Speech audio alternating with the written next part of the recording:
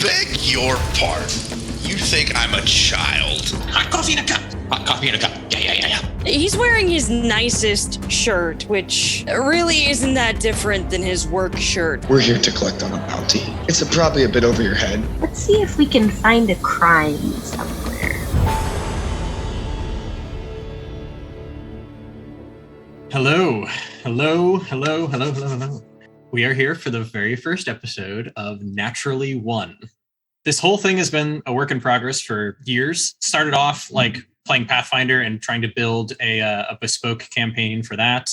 And then as I got into 5e, I kind of changed gears because 5e was just more flexible in a lot of ways. And so I put it down for a few months and pick up and work on stuff and put it down for a few months. And then a little over a year and a half ago or so, maybe 2 years ago, a friend of mine who you guys are going to get to meet in a little bit was like, hey, run a 5e campaign for me, please. And then badgered me for months. And here we are. This hey, run a campaign for me evolved into, hey, we're gonna try to stream this and turn it into a big thing. So yeah. Before we get actually started with this whole big old thing, we have a couple little housekeeping things. The first one is that there are new channel emotes. They have been added to Twitch, courtesy of Howl to the King, friend of the stream. She does a lot of really fun stuff. We streamed with them back on Halloween, so there's that. They are on the tier 1 subscribers, and then we moved the Valheim token up to the second tier subscribers just because I only have so many emotes per tier right now. It's just a thing. Channel points. Most of those things are going to be turned off for the stream because I'm not going to be paying attention to all those things that are going on. I'm not going to be answering those alerts. I want to be able to focus in on what we're doing with the story because we have some great players here ready to embark on a fantastic tale. Don't worry, they'll be back for like the normal streaming nights, like Fridays and Sundays, because this will be hopefully consistently every Tuesday. Same kind of follows for any follows, subscribers, raids. I appreciate all of it, but I'm not going to be able to address all of it until probably like the very end. I might scroll through and read what's what. And chat in general, we're just going to kind of try to keep it clean, keep it great. Don't get too crazy, because if I have to let Automod ban you, I will let Automod ban you. I don't have, a slew of moderators there to keep an eye on it all. And if I have to change it to emote only chat because you guys are nuts, I will. Everything about this right now is kind of a work in progress, especially tonight. It's kind of like a real first rehearsal. So there's going to be some things that are glitchy. There's going to be issues.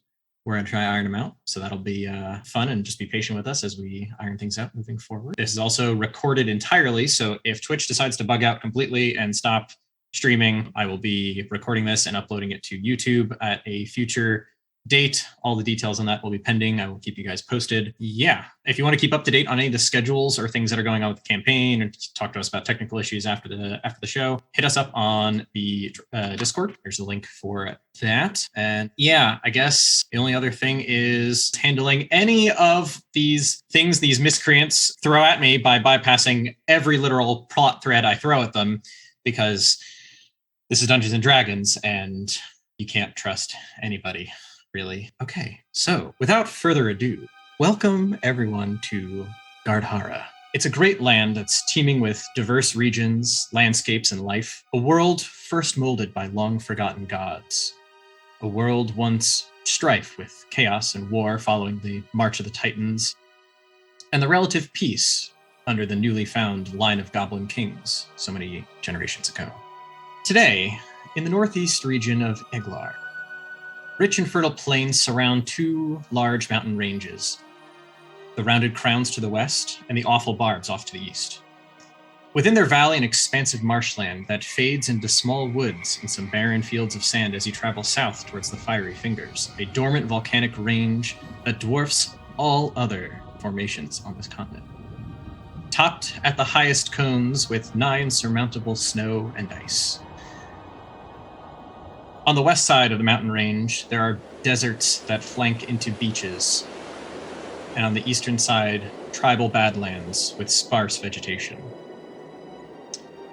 West of the rounded crowns, plains turn into a mix of grasslands and savanna-like plateaus, gradually narrowing between the shimmering true ocean to the north and the hardy seas to the south, a murky brackish remnant of the Titan's rage, at least according to legend. Beyond the narrowing to the west stands the holdings of the great capital city, former capital city. 70 years ago, without explanation, the Goblin King Tunruk vanished without heirs and without a trace. For the first time since the March of Titans, from which near all history has been recorded, Gardhara was without a ruler. The ensuing wars have mostly subsided, outside of the occasional skirmish, and as such we return to the northeast, nearly a world away from the heart of all that discord, as nestled in the southern side of the Rounded Crowns, guarded by massive natural stone buttes, lies the city of Golden Spires. Once a crown jewel of the Goblin Empire, the city is one of but a few that maintain its high class and standards, now functioning much like a regional capital itself. Golden Spire's armies patrol and maintain much of Eglar. Its laws govern the majority of subjects in the region. The taxes it levies support this infrastructure. Formerly headed by a king-appointed governor and their advisors, it now rules by committee. The tradesmen guild leaders and merchant oligarchs of this veritable trade hub between the peoples west and south beyond the desert. And with this, I'm going to kick the players that have been listening out into the lobby, except for Rinningham Rackfordshire the Fourth. A wagon train has been approaching Golden Spires from the southeast for several weeks now, stopping by the few camps, hamlets, and towns that pepper the Badlands east of the Fingers of Trade. Rinningham, you awaken with a start as the wagon you've been resting comes to a halt. It is mid-morning, midsummer. I guess. Are we already there? You hear a knock on one of the boxes behind where you've been kind of resting, and a familiar voice comes out. All right, you wee bastard. It's time to get up. Come on, you're done loafing about. I pull myself out of the back of the cart and kind of squint at the noonday sun, and my head still splits a little bit from last night's festivities, but I kind of look around and don't really recognize where we are. All right, so here's what's going on. You're getting out. You're going to walk north to the next gate because I got to pull the trade caravan through here, and I'm not going to pay taxes on a person that's not cargo. So you're going to have to handle that yourself, and good riddance. Not cargo. I was cargo just a minute ago, but then you kicked me out. Just because you sleep with a cargo doesn't make you cargo. You've been with me for months. You've provided naught but entertainment, and here, he tosses you a silver coin. Get yourself some lessons. I've been around half the world with you, and none of that music sounded anything like anything anyone had heard the entire time you were with us. That should give you a hint to how valuable I can be. I am providing a very unique commodity that no one else can. Yeah, can it. We're not going there. Just go. Just go. It was a pleasure having you. You were great at moving boxes, but, you know, I've sometimes taken a shite larger than you, and it's time for you to move on so that I can actually move things through. Thank you. I know you've taken shites pretty large. I mean, you smell like you've taken pretty large shites. Oh, I'm sorry. What's that you hear? That's what I thought. I just mumble as I continue to, as I kind of walk off back down the road, separating myself from the caravan. As you step out, you can see that you're really only a couple hundred yards from the southern gate of the familiar city of Golden Spires, although not as shiny as you remembered from years past. And you can see as other merchant caravans and other tradesfolk are coming into the city, there seems to be a distinct split that any of the larger setups are moving towards the southern gate, whereas people who have, occasionally, one or two pack animals at most are heading towards the northern gate. I mean, I assume that I would know the kind of cargo that I was in the back of the wagon with. For the most part, it's been empty boxes. You guys are actually coming back from making large amounts of trade on the eastern side of the Fiery Fingers. Okay, yeah, so then I guess I'm a little bit excited because I know some things about the city of Golden Spires, but I'm a little apprehensive as well just because it's taken a long time to get here. So I'm a ways removed from the caravan, but I'm excited, so my step is a little quicker than it normally would be. As you head north towards the other gate, you very quickly find yourself surrounded by large folk, tall folk. They are much more paying attention to the things that they're doing as opposed to any smaller people who are moving among them. You watch as different cattle or other beasts of burden just kind of plow right in front of you, or in some cases just step right over you as you head towards the gate. So it's not so much of a line as it is a funnel. At the current juncture, you're approaching a place where you can see the large gate. It appears to be manned by a not insignificant number of guards, and they appear to be funneling people into individual lines. Some appear to be humans, some appear to be a hobgoblin, a couple of orcs and half orcs, just kind of scattered throughout, and mostly waving people into different queues. Is there an overarching theme in each group, in each queue, in each queue? There doesn't currently appear to be, and they're not saying much. Everyone seems to just kind of be shuffling into the various queues. Everyone seems to be okay with it. There's no one that's like, hey, I don't belong here. Not that you can see. Okay. Outside of shouts of, there's someone down here, I just kind of make my way in the line towards the city gates and get shoveled, like a game of Plinko. As you get shuffled in, one of the guards looks down at you and, what brings you here, kid?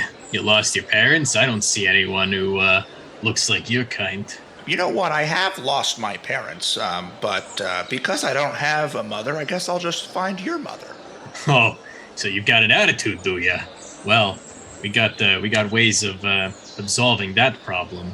Where's your papers? Oh, papers. I think, speaking of your mother, I believe I left them on her nightstand. Oh yeah, real funny. Yeah, real funny. All right. I assume you're coming to visit, or are you a resident? So I start patting my, my coat, my pants. I'm looking for papers. Do I have papers? I would have some kind of paper. You would know if you had papers. Right. As I'm patting, I can feel my coin belt kind of jingles a little bit, and I say, That doesn't quite sound like papers. Does that sound like papers to you? Sounds to me like someone who needs to have their body and goods searched to make sure you're not bringing any contraband and given a temporary visiting permit over there in the guardhouse. Oh, well, feel free to touch me, but I'll be telling your mother about this. and so I hold my hands up and let him pat me down, search me for contraband, whatever. You watch as a large half orc kind of just comes over and just kind of grunts at you and nudges you with the bottom of the staff on his spear and just kind of, all right, move along here. Go on. All right. Watch that stick. You get shuffled into a small guardhouse off to the side, and as you go, you can see other people are shuffling around to bring out papers and coin, and the guards are counting their livestock or shifting through some of the bags. This process wasn't in place when you last were in Golden Spires, so they sit you down in this 15 by 15 room. There's lots of straw and dirt floor, and just a very simple wooden table and chairs. Couple of supplies, strewed about, some drinks, some leftover food from lunch. As I'm looking around and noticing that it's not quite, doesn't seem to be equipped to handle a large influx of people that they would then have to search, I say, This doesn't seem like it's something that you all were prepared for. How often does someone of my stature get put through one of these tents? Most people of your stature tend to have their things in order, like everyone else around here is supposed to have their things in order. So get your things in order. Next time you come and visit, you got to make sure you have your papers. As you saw the giant caravan of people, almost everyone has papers. Where's your papers? Why don't you have papers? You're coming to visit the Golden City of Spires. It's been a while since I've been to city. Oh, so you are a citizen All right, of... and the last time I was here, no one needed papers. There was no hullabaloo at the gate stopping anybody from having papers. It seems like this is a new thing. As long as I've been here, there's papers. And how long have you been here, sir? My whole Because life I've been here. Oh, what is your whole life? Not even 10, 15, 20, 30, maybe 40 years, 50, 60. You, sir, have not been around long enough, and I say that I should be let through. Well, look, so what's going to happen is we're going to go through all your stuff. We're going to make sure you're not bringing any contraband. We'll get you a temporary set of papers. This is normal procedure. Don't fuss, no muss. It's going to cost you 3 silvers. 3 silvers? Look, to let I'm not the one who I'm not the one who showed up to the city without my papers. I'm not the one who tried to walk into the regional center of trade without papers. Where were these signs posted of required papers? There should have been an option for someone to turn around if they known that they didn't have any papers. Look, man, I just work here. I just enforce the rules.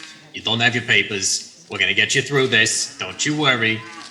You cause us any more fuss, though, and you're not gonna make it any easier for yourself or for me. And I want you to make it easier for me. All right, so I say, all right, okay, all right. Here's my 3 silver. So I take 3 silver out, smack it on the table, and I hold up my hands and I say, there's no contraband here. And he has to really squat down to your, tiny stature. Would you like me to stand on the chair? He just picks you up by the back of your shirt and sets you on top of the table. Come on. Just with one arm.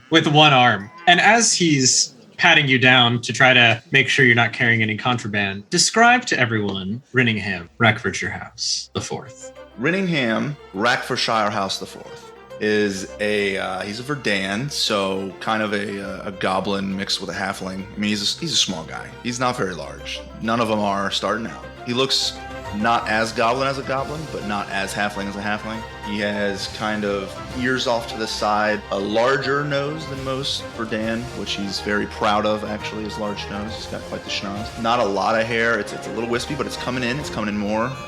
It continues to grow. He was actually born from the city of Golden Spires a long time ago. Verdan lived pretty long, and he's returning home. All right, look. I patted you down. Not that you have much space to hide anything, even if you wanted to. Frickin' weirdo. Let me get you your papers figured out. Well, I'm going to sort through your bag while I work on your papers. Make sure there's no contraband in there, and we'll move forward. And as he goes, he takes your bag and just kind of starts rummaging through it. You see, some of your coinage comes out, some of your little knickknacks and things that you've collected along the way. Your trusty instrument. Kind of sifts through, and he looks at some of the food pieces and, where'd you get this from? This is not the native local produce. I see you have a couple of these. I have a very peculiar diet, sir, and in my travels I've found certain things that agree with me and certain things that will keep me fed for longer periods. Are they seedless? Are you gonna try to grow these things here? Are you bringing an invasive species into the region? Sir. No, they're not invasive. You just got to know how to handle them.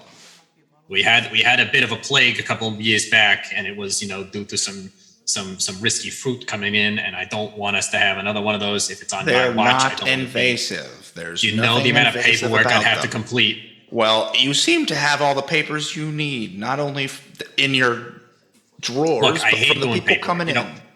Fine, keep your damn fruit. Here, eat this one. Make sure it's not poison. He just stands to the fruit. I just take a good crunch.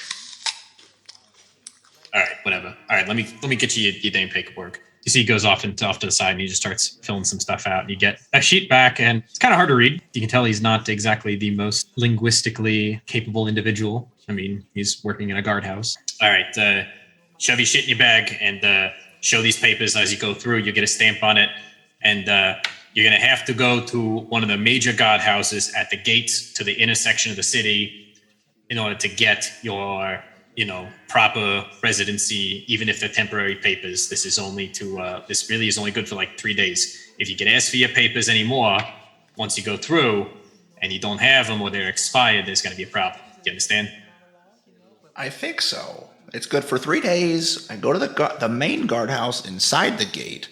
Is it still the one that's right across from that bakery?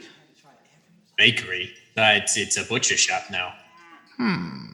It's been the butcher shop for like 10 years. I knew you haven't been here that long. And I, as I stand up, I slam my hands on the table to stand, get down off the chair, and I inconspicuously try and swipe the 3 silver back off the table. Because he didn't seem to notice them. Didn't look like he took them anywhere. Roll me a sleight of hand check. Oof. I'm using real dice. I can't. We're gonna use that one for now. Oh yeah, no. He sorry, that doesn't belong to you now. Give it back. I apologize. As I was getting up out of the chair, I wasn't looking where I was placing my hands, and it's been on the road for a very long time, and my hands are a little sticky. Can it, kid? Can it? I hand him 2 silver. Say sorry for the misunderstanding. I'll just be on my way. It's 3 silver. That is 3. Look, I may not be the most literate person. I may have barely made it through that level of my training when I was going through God school. but I know how to count. It sounds like you have it rough. Here's the other silver, and I hand him a copper. Gonna make me spit my drink in the first like half hour of this whole thing. All right. Look, I feel like we've been really nice to each other up till now. That can change real quick. And he points over to the wall, and there's manacles hanging on the wall. Ooh, I am a bard. I say, all right, okay, no need to get hasty about it. I was just making sure that my money was going to a good cause. And I give him the silver. And he flicks you back the copper, but really just kind of at you, not to you. Give me a dex check, just a basic dex check. Ooh, baby. As I'm walking away, I didn't even consider the copper, and as he flicks it at me as I'm walking away, and it just... Did you like nat 20 it? Well, it Oh, was yeah. 18. Well, Yeah. 18, yeah. And you just, yeah, no. As you're walking away, you just, and you can kind of hear just a huh in the back as you walk away. I know. Just beyond the door, you're back to the cacophony of people showing paperwork, having their stuff looked through real quick by guards, making sure no craziness, no contraband goes through. Did my caravan make it through the caravan that I was with? They're at the gate way south of you, so you have no idea. I got there before them? You're at a different gate. Oh, because they got... Okay. So, yeah. So I walk through. I'm just holding my paper up. And as you do, one of the guards just kind of like grabs it while you're walking by. You just kind of feel the tug. And he looks at it, looks down at you, looks at it, pulls out like a mark and just kind of scribbles something on it. What? They already gave me my paperwork. There's no need. I just gotta, it's the paperwork. You got the papers. I gotta make sure that the papers are marked. Trust me, that's how it works. Well, I see it says temporary pass. You gotta make sure you go to the next guardhouse. It's at the next wall, inner wall. You get yourself the proper papers. This is temporary, good for 3 days. So there's a guardhouse in the next wall. Yeah, that's what I'm saying. Yeah, So the next wall, there's a guardhouse? yeah, that is in fact what I said. Kev, can you move along? Where was the guardhouse? They didn't tell me this at the last place that they detained me at. It's been such a long time since I got this information. I forgot. It's in the guardhouse. And the next, is that what you wrote down? No, it's on the paperwork here. What did you write down? I just marked your papers. Okay, well, I'll go to the guardhouse. No need, I'll go. And he lets go and just kind of like uses his leg to just kind of like shove you along. And he's instantly at the next person, marking their paper, starts rummaging through their stuff because your paper was marked that you had already kind of been through the customs. Like the line at Disneyland. Before you find yourself in the once familiar streets of Golden Spires. What street am I on? What's the main street that I just walked in on? Am I familiar with this part of town? You're kind of in between the Craftsman's Borough and the Heath Farthing. It's on the north central side of the town. There is a large market area south of you. That's kind of like where a lot of the major shops and stuff are. But if you were to head due west through town, you would find yourself at where the next guardhouse is to get to the intersection of the city. So it's like a series of concentric rings. Yeah, there's only two. There's the outer wall, really the outer wall that you kind of came in through, and then there's an intersection that has like the coin district, like some of the more proper protected merchant boroughs, more oligarchy, noble folks. Okay. One of the first things you notice about the town is that the dirt roads are not nearly as well kept as they were as many years ago as it has been, nor are the shops and stuff as well kind of maintained. Everything looks comparably run down since you've last been here. Functional, everyone's still hustling and bustling. People are taking their animals right over to the different shops and they're starting to unload goods and strike deals. There's just a crazy cacophony of activity just beyond the gate. And that's just people like shuffling down into the shops that are on the streets, let alone the kind of train of people who are heading south and north around to the larger markets. I guess I'm gonna kind of start working my way west towards the next guardhouse because that'll get me my more semi-permanent. Well, I guess we might not even be there for 3 days because I don't know how long my yeah. Okay. Yeah, I'll head there and I'll get that sorted out before I meet back up with my caravan because they're probably going to try and do business there for a while. Immediately changed my mind. I'm going to head south. To the gate where that caravan was supposed to come through. Okay. I'm going to be back with my caravan. Change my mind. That's it. Locking it in. Final answer. Are you sure? Because yeah. Okay. I am. You start making your way through, and you very quickly find yourself in the Craftsman's Borough. Some places of a note.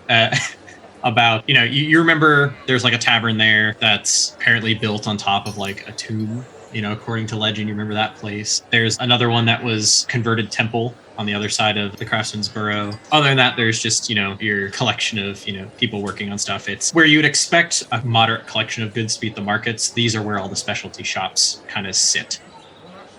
Yeah. Where you could expect to buy jewelry in the market, here's where the jeweler's shop is. If you wanted to buy weapons and armor, you could probably get them at the market, and there's probably a blacksmith there. But if you want prime stuff, the prime cut, this would be the right place to go. And as you continue south through, you kind of pass by a section of town that's considerably dingier. It seems to be kind of nested along the inner side of the wall. And from what you remember, with the spires being really part of the central district, the outer wall is nice and shiny and bright on the outside, but on the inside, it very seldom gets sun. It's a section of town that is almost in a perpetual shadow. It's really only like just before, dusk that they get any real sunlight on that particular stretch of town. And it's where the less than savory individuals tend to hang out, just because it's easier to blend in the dark. As I'm walking, I take my coin pouch and I flip it inside the waistband. Good movie. I actually untie it and mount it right up on the breastbone. You want to keep it right up here. Right where they can shoot through it into you, wipe you out in one go. Well, aim small, miss small. Small target, whatever. So yeah, as you make your way further south, you find yourself in the market the southern market on the outer ring of town. Yeah, it looks kind of familiar. Growing up here, my folks were merchants, and we would often, whenever we had free time, at least me and my siblings would come through and stop by the stalls that my father furnished and that that my family kind of owned and operated, and would talk to some of the merchants and just kind of gallivant and cohort. I swing by some of my familiar stalls. Is there anyone still? I mean, what time? You said it was like it's perpetually dark, but it's still kind of early afternoon-ish. It's late morning, early afternoon. It's still before noon. It's okay. It was bright when we woke. Okay. Yeah, this particular market stretch you're not as familiar with. Or if you were once familiar, enough has changed. For instance, the well looks different. It's like the dead center of the market. You could have sworn there was a platform on it, but you know that there's like 4 other markets in the city that kind of people cloister around. So maybe you're misremembering. It's kind of hard to tell. It's been a while. Some of the shops look to be better kept than others, and you're like, hey, didn't that used to be a potter? Like, why are you now selling wooden chairs? Like, management has changed. And not to say that that's surprising to you, but it's a sign of how long it's been. And with that, we're going to pause with you, and we're going to add Bob into the mix. Bob. No, I'm not here. You've been traveling for a while, just kind of wandering like you like to do. Describe to everyone what Bob looks like, what Bob's about.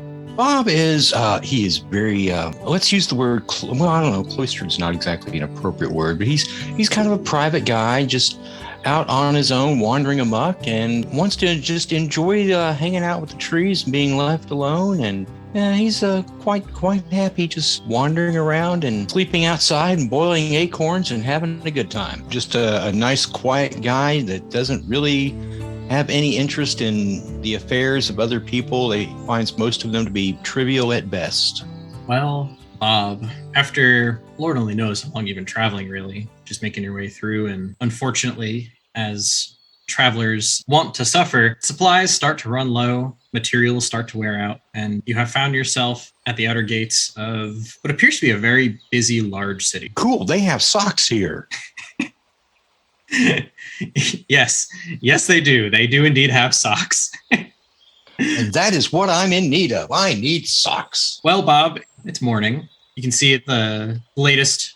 I gleefully approach the city gates. The latest caravans of traders and civilians, travelers, what have you, are making their way. And you can see that there seems to be a distinct pattern where the larger caravans with wagons and large amounts of livestock and other beasts are moving towards a southern entrance, whereas those who are more, people-based are moving slightly further to a more northern gate. I like the idea of a northern gate. So yeah, you make your way towards the northern gate. You can see that people are getting shuffled in these various queues in order to enter the city, and there appears to be guards shuffling them into that particular avenue. There are, people pulling out papers and coin and trying to talk with the guards about, the different things. You see guards kind of rummaging through people's stuff. And as you approach, one of the guards kind of gestures over to you to come hither fashion. Okay, cool. Papers. I have no papers. All right. Well, you're gonna have to come over here. It's gonna be 3 silver. We're gonna get you your papers. They're gonna be temporary entrance papers. Are you here for business or are you here for pleasure? I'm here for socks. I'll put you down for business. Are you a person who trades any other goods? Do we have to, Kind of looks you down. You don't seem to have a whole heck of a lot on you. Unless you have a paper, Nick, there's nothing I can do for you. as long as I don't have a what now? A paper cut. You know what paper is. But yes, I know what paper is. That's what I'm saying. We're gonna get you papers. All right. Come on. Come here. So do I get this three silver back when I leave? Is this like a deposit? No. This is a payment. This is a tax? It's more like an entrance fee due to the fact that you're lacking papers. This is. I'm coming to visit your city, and you're going to charge me money just to come in and spend my money? Well, how is that good for commerce? You're asking me about business. Hey, it's not my fault that you didn't, look up the rules of what it takes to enter the city here. In this case. Where am I going to look them up? I've been out in the woods. Is there like an owl going to fly by and drop me a scroll? Look, I just work. Come on, you're shaking me down for 3 silver. How am I supposed to react? Look, if you want to be honest, if you want the brass tacks on this, if you had your papers, it'd only be 1 silver. You don't have your papers, so there's a processing fee. Plus, I got to file a report, and then you also have to take the papers I give you to another office in order to get yourself the proper papers that say that you're going to be able to train, to identify yourself and give you a proper length of stay here within the city. But that fee covers all of it. So the 3 silver, you're set. Oh, I don't know how to react to this.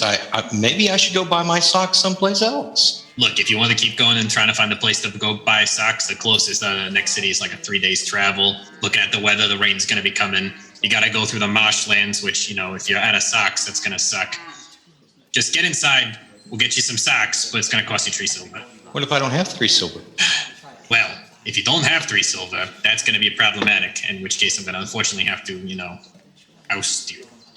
Or if you put up a fuss, I put you in manacles, you go to jail, and then you work off your 3 silver. Well, I let me think about this. How badly do I want new socks? I will have to admit, this whole idea of paying to enter a city is new to me. I'm not sure what to think of it. Well, all the large cities are doing it. It's a formality. It's a tax. If you had resident papers, which are different than visitor papers, residents, they don't have to pay the fee because they pay it through their taxes on the regular function. Do I have to explain how tolls work to you, sir? Is there someplace where I can buy forged copies of these papers? All right, we need to come with me. Just for asking? And he puts his hand on your shoulder and just kind of starts guiding you towards the guardhouse. And you see a half orc coming out of the guardhouse, led by a small 3-foot tall green fella who kind of brushed themselves off after, with papers in hand. I'm going to yelp. I'm going to yelp my review of this town. All right, look, I'm gonna have to go 3. Do you have 3 silver? I do have 3 silver. Okay. Are we gonna have a problem with this? Am I allowed to, do my job? I'm gonna go through your stuff, make sure you're not bringing any contraband. I'm gonna get you temporary. What's contraband? What if I have contraband? I wouldn't bring it if I knew it was contraband. What is contraband? Look, if you have contraband, depending on the nature of the contraband. Jeez, does anyone not know how this works? Why is it that I get? Well, there's not a manual. Everyone else here seems to have their papers. And he gestures out the door where everyone seems to be doing their thing. Fine. If I give you 3, will you just leave me alone? What's gonna happen? You're gonna give me the 3 silver. I'm gonna go give you a pat down. We're gonna go through your goods, make sure you're not bringing any fruits, vegetables, or invasive species, including insects. And then I'm going to fill out some papers, and you're going to take those papers. They are good for 3 days. You have to go take those papers to the next guardhouse to get longer stay papers. You understand? Okay, but I will have to admit, your obsession with this pat down and your consistent reference to manacles, I'm not so sure that you're on the level with this. I think there may be some ulterior motive. Look, you seem to be enjoying this. I just work here. Do you think I want to be patting you down? I want to go home to my wife and children. She's making a really great roast tonight. That's what I want to go really? to. I work hard here to get the roast that I have with my wife. If I wasn't paying 3 silver to get in, I'd give you a clove of garlic for that roast. But I'll sell it to you for 3 silver.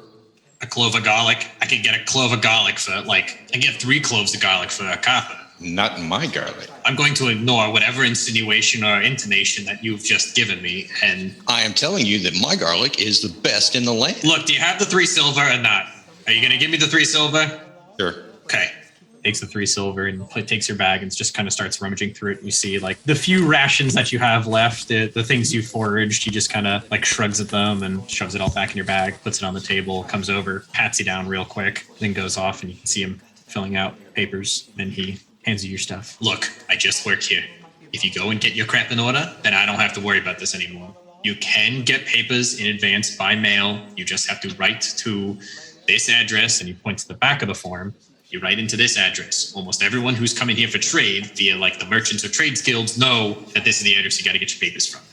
Almost everyone here is bringing in stuff to trade or they're residents. If they're visitors, a lot of them have to go through the same rigmarole as you, unless they've been here before and already got the papers. Well, at least I'm being treated like everybody else. You are not special. Well, I think I am. So here's your papers. Go take your papers. One of the guys up there is going to mark them and let them through. Well, okay. I have my papers. No sooner do you walk out the door, there's like a guy who's, Oh, papers. All right, make sure you take these. These are temporary papers. Make sure you take them through the guardhouse at the next floor. You can't miss it. Head due west. It's one of the only close ways to getting into the inner district. You can get your papers handled there. Okay. I'm not really paying attention. I'm just kind of wandering through the experience. as you continue on beyond the gate, you can kind of see where almost everyone who's made it through kind of starts either heading west further down where you suspect that other gate is, or kind of dispersing slightly to the north or slightly to the south through the different side streets. There are no trees here. No, there is a distinct lack of trees. If anything, once you went in beyond the gate, there is almost no greenery. The only occasional window box or small fern by someone's shop or sitting on a stall counter. There's no life in this city. I don't like it. No. In fact, if you try to look back through the gate from whence you came, you don't see much. There's too many people, and you can kind of see way off in the distance the reflection of some of that green. I'm going to have to get out of here.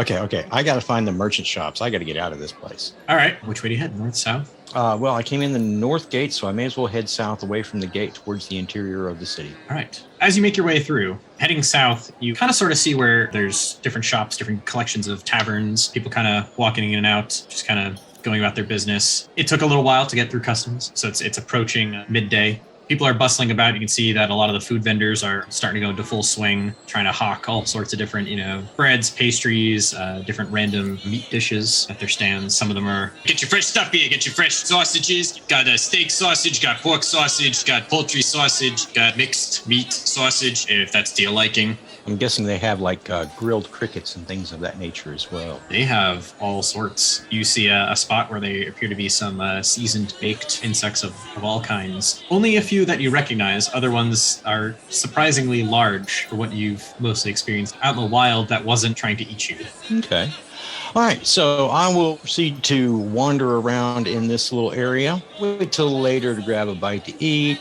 I'm looking for a shop that does specifically woven wool, because I found that wool socks are good for dryness and they last a long time. As you head through the edge of the Craftsman's Burrow and kind of the flank of the Rogue's Farthing under the shadow of the wall, a place that seems to have very little sunlight. Of the places that have life, you'd expect the least to be there within the city. You see a couple of clothiers, but you can tell that they are tailoring towards the fancier crowd. Much of their goods appear to have lots of embroidering and other extra fanciful art added onto them. And instead of proper socks like you're looking for, you're seeing more things like stockings or light socks, to kind of more for fashion than they are for function. Well, we're looking for function, so we shall continue our quest. As you continue to head southerly, you do pass some shady individuals who just kind of come up as you walk by and do you want to buy some fancy tinkers? We got ourselves, this one here is a timekeeper. We got this one here, it's supposed to be able to tell you. Golden sundials. Yes, golden sundials. This one being the timekeeper. This one, I forget what this one does, but it's good. I'll give it to you at a discount. We got here, I bet you'd like this one. This one right here. See, this one predicts the weather, and I say predicts. It's got 80% accuracy. It uses something in the air that apparently, as it changes, you can know the weather's coming. I'm just walking away from this guy. I don't even care. He was an outdoorsy folk too. You'd think he would be all sorts into this thing. So yeah, you continue south into what is a very busy market, seeing as lunch is now approaching. Okay. Is there someplace that has coffee available? That exotic drink from the south. Ho ho. Well, give me a perception check. All right, let me find my perception. That's a whole 10 because I have a +4 on my perception. Unfortunately, there are so many different smells, and you see people like carrying different foods and other beverages and things kind of going to and fro, plus the animals and the people just kind of moving through. There's no good, easy way for you to pinpoint a coffee shop. Not to say that there isn't one, but finding one right now is just not happening. It's going to take a little longer than just a quick laser in. Well, let's just walk around, and we're looking for socks and coffee right now. All right, we're going to switch back over to Rinningham. Rin, you've been in this market now for a little over an hour, and you're kind of hoping and waiting to see if your former travel companions were going to meet back up with you here after they came through where the rest of the merchants were going through. And knowing that this is the market on this side of town, I think that this would be the place to meet. Violin slowly playing in the background. Looks like it's going to start raining. So I'm looking around. I know that the caravan was empty. We had empty boxes, so I assume that they came in to buy something, as caravans do, and then sell somewhere else for more money. I want to start asking around some of the merchant booths, some of the shops, and see if there's anybody that sells like wholesale goods instead of just the little things. Oh, you're looking more like a general store as opposed to and that sell them in like big quantities. Because like I'm looking for where my merchant cart may have gone to pick up a shipment of goods. Oh, so you're looking for like your Costco and Sam's Club. All right. Hashtag not sponsored. Wish. Give me a history check. Yeah, 14, Bob. Or not Bob, sorry, Bob. Sorry, no, it's 14. You think about it and you go, well, the market on the eastern side of the city isn't going to be that. Oh, jeez. You're likely to get your larger sets of goods back in the Craftsman Borough, back where you kind of had come through for any specialty goods. Everything else is further west, where a lot of the manufacturing or other collections of the merchants' guilds tend to kind of sit. If not going all the way into the inner district, where some of the swankier people even live and run their shops. So my caravan wasn't necessarily a swanky caravan. I'm gonna head west then towards the manufacturing district, because hopefully my caravan went there to try and get a large shipment of terracotta teapots. I don't know. Some people manufacture. I don't know.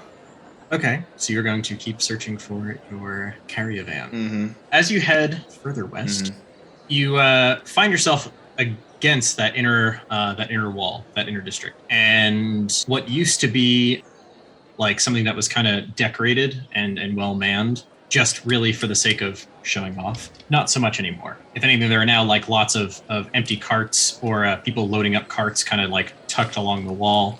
You can see people trying to steer their workhorses backwards in order to hook them up to the different carts and get new caravans of goods started up. None of these caravans look familiar. None of these wagon trains are anything that you properly recognize. But as you head further in, you see in one of the larger crossings of this particular district, a familiar stone dragon. It's a colossal petrified dragon that stands and towers kind of over the streets. And what was once a nice, shiny, polished, you can see that time has weathered it. There's now like a bit of funk kind of growing in the seams of this colossal dragon that once was kind of like a jewel for this particular district. The Golden Scepter district no longer appears so golden. Less golden, more scepter. Yeah. In fact, even the abbey that is kind of across the way, it's a large stone building decorated with holy symbols that used to shine at the different metals. Your bronze would shine bright, your silvers and golds. They're tarnished. You can still see there's activity inside, but it's not the same vibrancy. You would expect something like that closer to the gates, but this far in, it's just not what it used to be. So the stone dragon is giant. It's crouched over you said like a city square, or like kind of like a clearing area? Yeah, so it kind of perches on the edge of one of the buildings and kind of has its wings swooped out to kind of cover part of the square. it's done so in a way that like if it were raining, there's only a couple of foot span where you wouldn't get rained on because its wings are kind of swooping around. Like the center of the square would still kind of have stuff come down. What's the building that it's perched on? It's a smithy now. Now it's a smithy. It wasn't always a smithy. Okay. You can hear the clanging of metal. Yeah, I'm gonna head into that smithy. Smiths make things that people want, probably. Usually. You step inside, and it's a rather nice shop on the inside compared to what it looks like on the outside. The stone being kind of worn and dark. Or on the inside, despite having a large furnace and smithing station kind of set up, it's relatively clean. The floor has a halfway decent shine to it. The counter, the sales counters are all wiped down pretty well. And you can see a surprisingly lithe-looking female human is banging away on what appears to be a large broadsword. Live, you say? Female, you say? Banging, you say?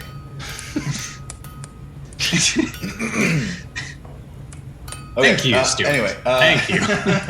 I heard what you did there. Oh, I see what you're doing. I'm a bard. I gotta play to my strengths, or play to the crowd anyway.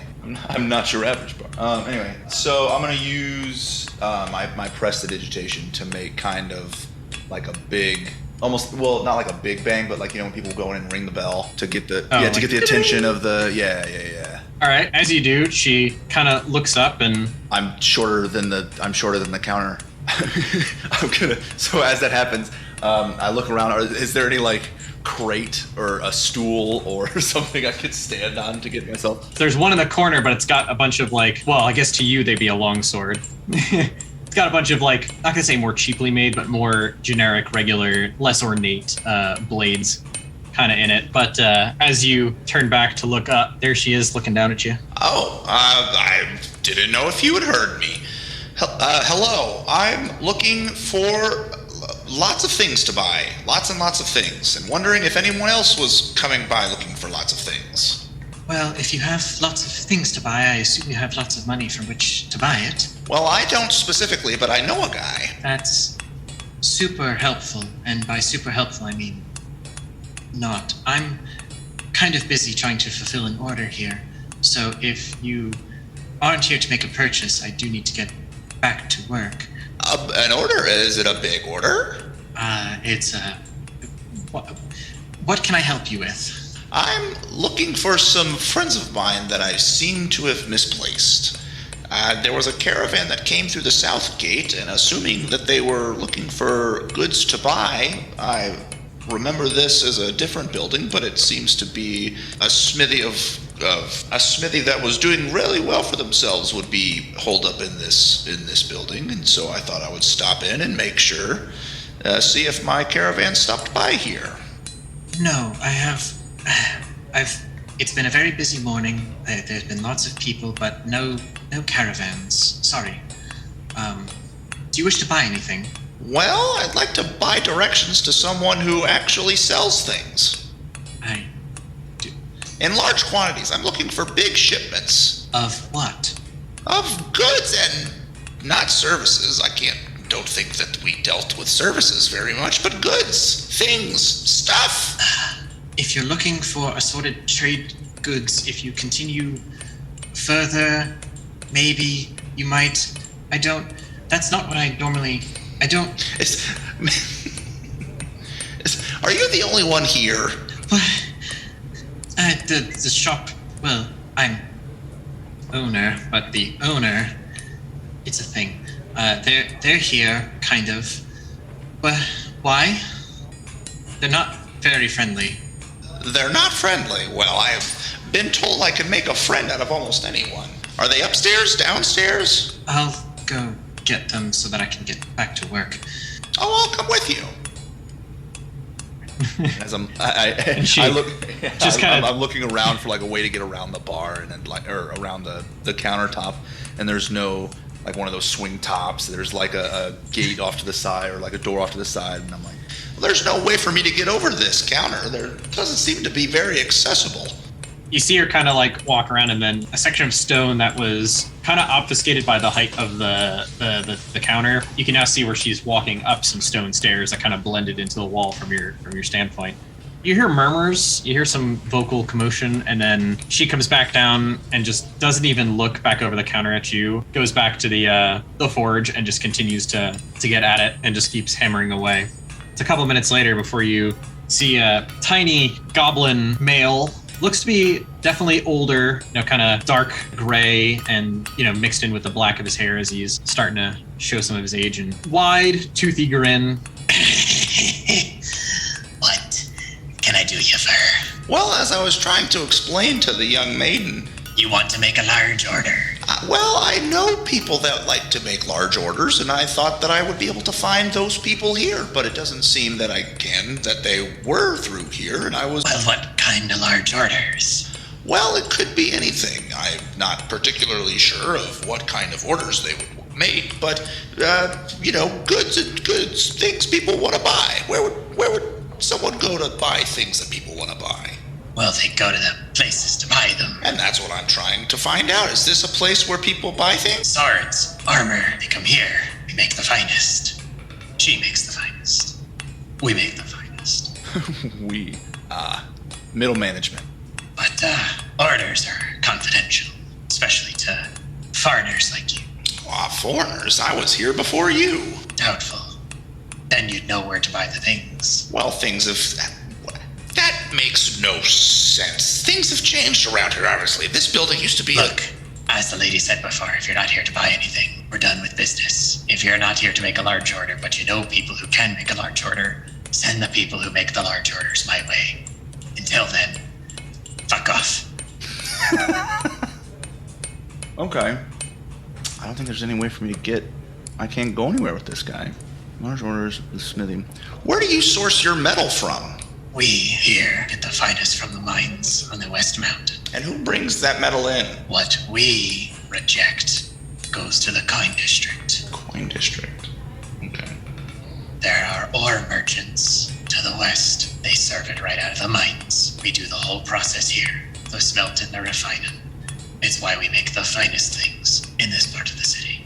Who makes the less than finest things? Like middle of the road things? That would be up in the Craftsman's Borough to the north. Okay, back north. Now, if you're looking for other random trade goods, you're in one district that sells goods. There's another district that sells goods. There's another district that way that sells good. Hell, go straight north through the Nobles district and they'll sell goods there. You're in a trade hub. For someone who says you know where you are, you don't seem to know where you are. I'm dehydrated. It's been a long day. I woke up. I was abruptly awoken. Well, if you go back east to the market, there's a well. Get yourself a drink. Otherwise, find a tavern and buy yourself a drink. And with that, he just kind of shuffles off the counter, and you can kind of hear him step off. And As he's walking up the stairs, I'm going to use Mage Hand to try and trip him. Just like catch his foot. Like make him think that he caught his foot on one of the stairs. Just a mean goblin. okay. Mean goblin. And as I'm walking out, like I'm casting it, directing it, and then I'm just going to walk out, and he's going to, I'm going to hear the... Yep. Let's see, how much force can that do? It can go hold up 10 30 pounds, feet. carry 10 pounds. 10 That's enough to pounds. trip somebody. I mean, if I kicked a Yeah. dumbbell as I was walking. That's, yeah. As he's getting off the counter and you kind of turn and just kind of wistfully cast, you hear, instead of a deft, like a feet landing on the ear,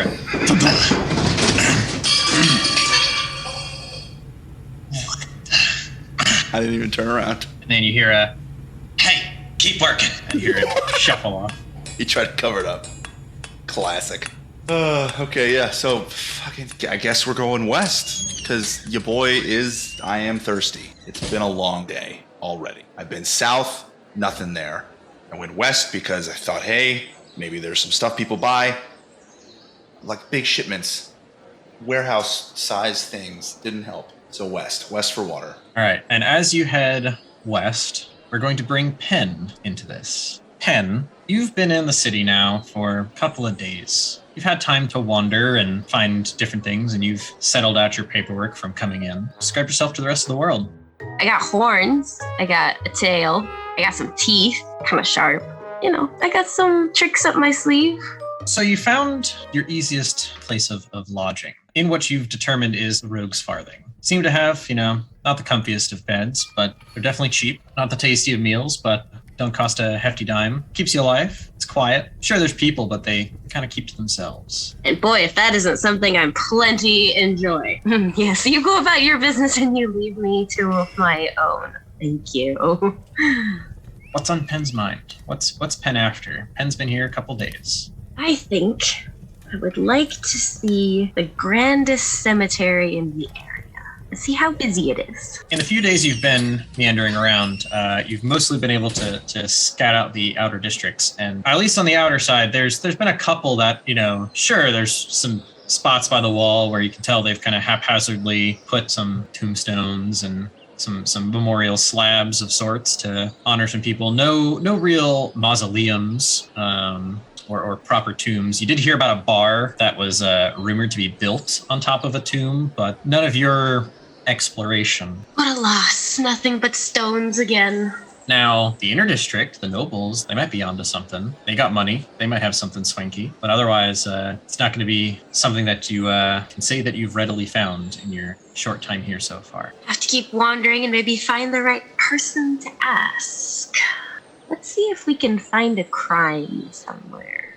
What kind of crimes are you looking for? Ones where maybe half of the parties involved didn't get back up again. So you've been sleeping in the district where oftentimes people go there and seem to be well-dressed folks, really, seem to be kind of buddy-buddy with some clad in less notable garb, with them. And then they both go into a tavern, but only one comes out, strangely enough, with a new pair of pants and sometimes a new pair of shoes. Interesting.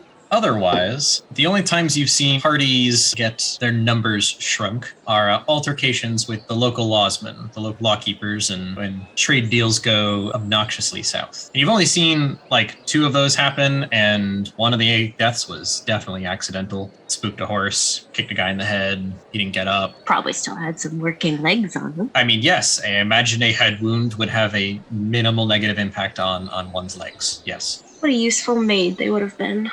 So, Penn, if you're going to go look for trouble, you got to go find people, really. You're just north of a market. If you continue around, looping around the city, you'll find yourself at some manufactories and some other shops that may have some accidental maimings, perhaps, You never know what could happen if the wrong amount of material got pushed through a machine surreptitiously. Well, probably should make trails then and go to where the people are. So, Penn, as a tiefling, so far you haven't really noticed many others like you in town. You've managed to only kind of see like 1 or 2 in passing when you were entering the city, and they picked a different direction from you, and you'd think having horns on your head would help you stand out, but rather the only things you see are orc guards or orc business owners and shopkeepers that have tusks rather than horns.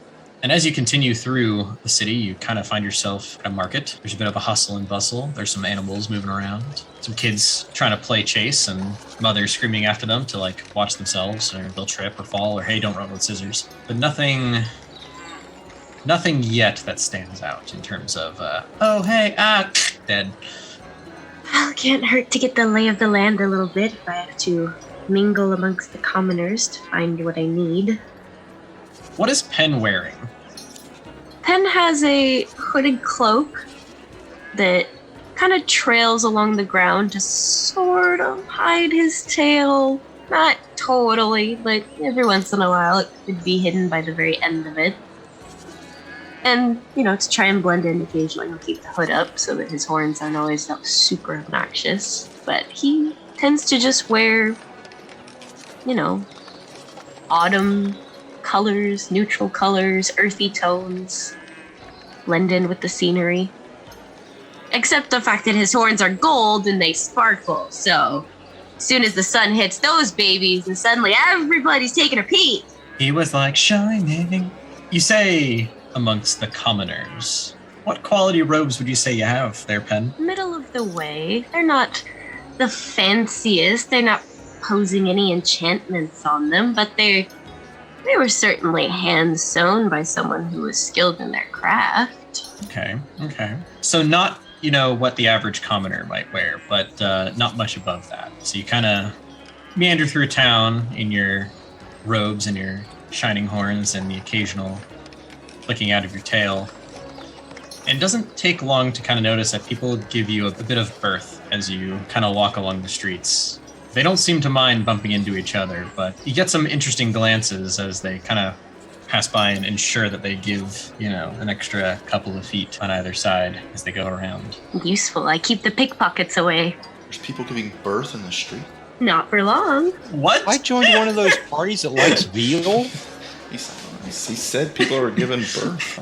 I didn't realize I was running an evil campaign, but if that's what we're doing I am here... not a necromancer. Get that out of your mind. It might just be a moment of opportunity here. Where you don't seize the opportunities as they arrive. As you walk through the streets, you do not see anyone actually giving birth in the streets. So that's, Goodness. You said That birth. would be a bit much. Yeah, BERTH. Birth. No, that's bear with a lisp. I'm sorry. Penn needs to go to the store and buy some malt immediately. Some malt. Get Penn a glass of milk. All right, if Penn is looking for malk, give me a perception check. Is a 14. As you traverse, you do get the distinct sounds and smells of traveling livestock. They appear to have entered the market that you're at from a slightly more northern route. You kind of came just from the east. They appear to be taking a good collection of them south and west, deeper in to a section that you knew kind of had more of the more manufacturing type stuff. There was blacksmiths, there were textile mills, there were not so much jewelers, but more like gem workers, where they're doing more of the gem cutting and stuff to pass on to the jewelers who set them into rings and other accessories, as well as other like furniture making and things like that. As this caravan of animals is, I suspected, herded or corralled to wherever they're going. Yeah, it appears to be a large half-orc kind of leading the way, and then alongside about 25 feet or so behind, there appear to be some human males wearing very tattered sackcloth-like clothes, but they have small switches that they keep using to like kind of bat at the feet of the cattle to kind of keep them moving in a row and keep them moving along and not straying too far. Occasionally, they have to run up and kind of whack one back into place. Every so often, the half-orc has to look back and be like, you do what you're supposed to do. Come on, we gotta get these down to the butcher. Gotta get these processed. Poor cows. Oh, dude, I wonder if Penn's a vegetarian. So, Penn, what are you doing? Penn is going to pat his chest comfortingly as a flurry of concerned movement occurs beneath his robes and shuffle away from any potentially prying eyes of the meat market. Okay. You're not really in the meat market yet. You can just kind of see that they're heading west. Are you going to kind of follow along in towards where you think the meat market's going? No, I'm just watching the animals sadly pass by. Okay. Otherwise, you're kind of just in the market still, just kind of looking around. Meandering, observing people, learning the lay of the land, trying to see if anybody's disappearing. But they're not. Give me an investigation check. 8. Now, as far as you can see, everyone that you kind of spot around the market will go into a shop. A couple minutes later, they'll come back out. At least around here, there doesn't seem to be any sketchy back alleyways. At least not that people are disappearing into and then only one of them coming back out. This market seems to be kind of on the up and up. Being on this side of the city, although it's close to where you spent the night for cheap and in a sketchy bed, this market appears to be trafficked well enough that the less than savory types don't have as much to work with. Or if they do, it's more thieving than it is, stabbing in an alleyway. We're going to pause with you and head back to Bob. Bob, you've been searching for a place Coffee! Coffee! to buy coffee. Give me an investigation check. That's an 11. You spent enough time kind of meandering about this particular market, and you've kind of made your way slightly further and further out, and you find a tavern that happens to have a particularly distinct, familiar odor. Odor or aroma? Depends on who you ask. I know some people who definitely think coffee has an odor as opposed to an aroma. It's definitely not the finest smelling coffee. So we're not talking Arabica here, are we? No, but you definitely feel that you can get some cup of joe here. Looking to get jacked up here, man. Where's my caffeine? Come on! Oh! You need a triple? You need you need 9 baby. shots? You got a nap to take in 15 minutes? Is that what's going on here? And you find yourself in a tavern that is rather busy, and there are a large collection of gnomes just kind of buzzing about, going over to people's tables, cleaning off plates, basically taking plates out of people's hands as they finish like the last morsel and scattering off back behind the counter. Other ones are coming back out with more food, putting it at different places. Some of them are going off and pouring various colored drinks, all coming from different vats that all appear to be either steeping, or some appear to have a weird mechanism that's kind of churning next to it. And you watch as they come out like frothy, and you can see them, they're not using hot mitts, but they are kind of keep from touching it. And as it sets down, you can see condensation forming on the sides of the glasses as these drinks appear to be cold. They're tinker gnomes. That appear to be running a very busy restaurant of sorts, tavern, restaurant. I'm going to take my chance on the tinker gnomes. Either they're going to blow me up or they're going to give me a good cup of joe. It's one or the other. Let's go see what they got. All right. Hello, sir. What can I do you for? Yeah, I need some Java there. I need some coffee. Okay, coffee in a cup. You want it hot? Hot coffee in a cup. Yeah. All right, guys, we need one large cup of Joe. Do you want anything in that? Do you want cream? Do you want sugar? Do you want sugar? One sugar, two honey.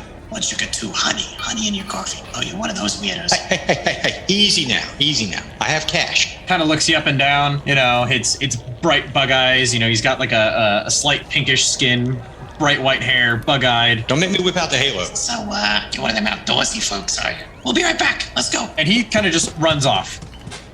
A couple minutes later, a different gnome kind of shows up with a cup in hand. You wanted a coffee, sugar, honey. That'll be what was the total? 6 copper. Six copper. I got you 6 copper. All right. Give me. Here you go. Okay, thank you. Here you go. No free refills. And he just kind of off he goes, and you see as he shoves the coin into his pocket, he goes to another table and just starts like wiping parts of it down. Like people are still sitting there, and he's like lifting up the glass, wiping down part of the table, putting the glass back down. And most people seem to just accept it. They're not really minding. A couple people give them odd looks, or like will pick up the drink immediately after it's been put back down. Like, what the hell?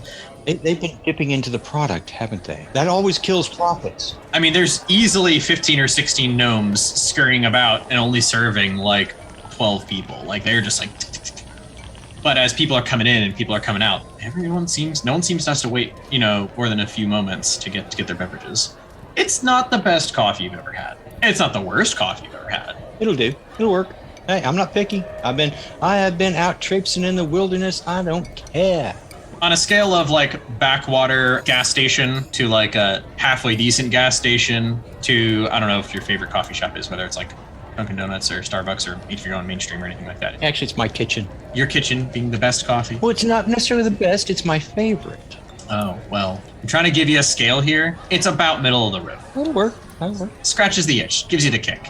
There you go. You found yourselves a cup of coffee. And I go sit down at a table and slowly slurp upon this delicious little elixir of caffeine delivery system and watch the scene as these crazy little gnomes drive everyone to the brink of their sanity.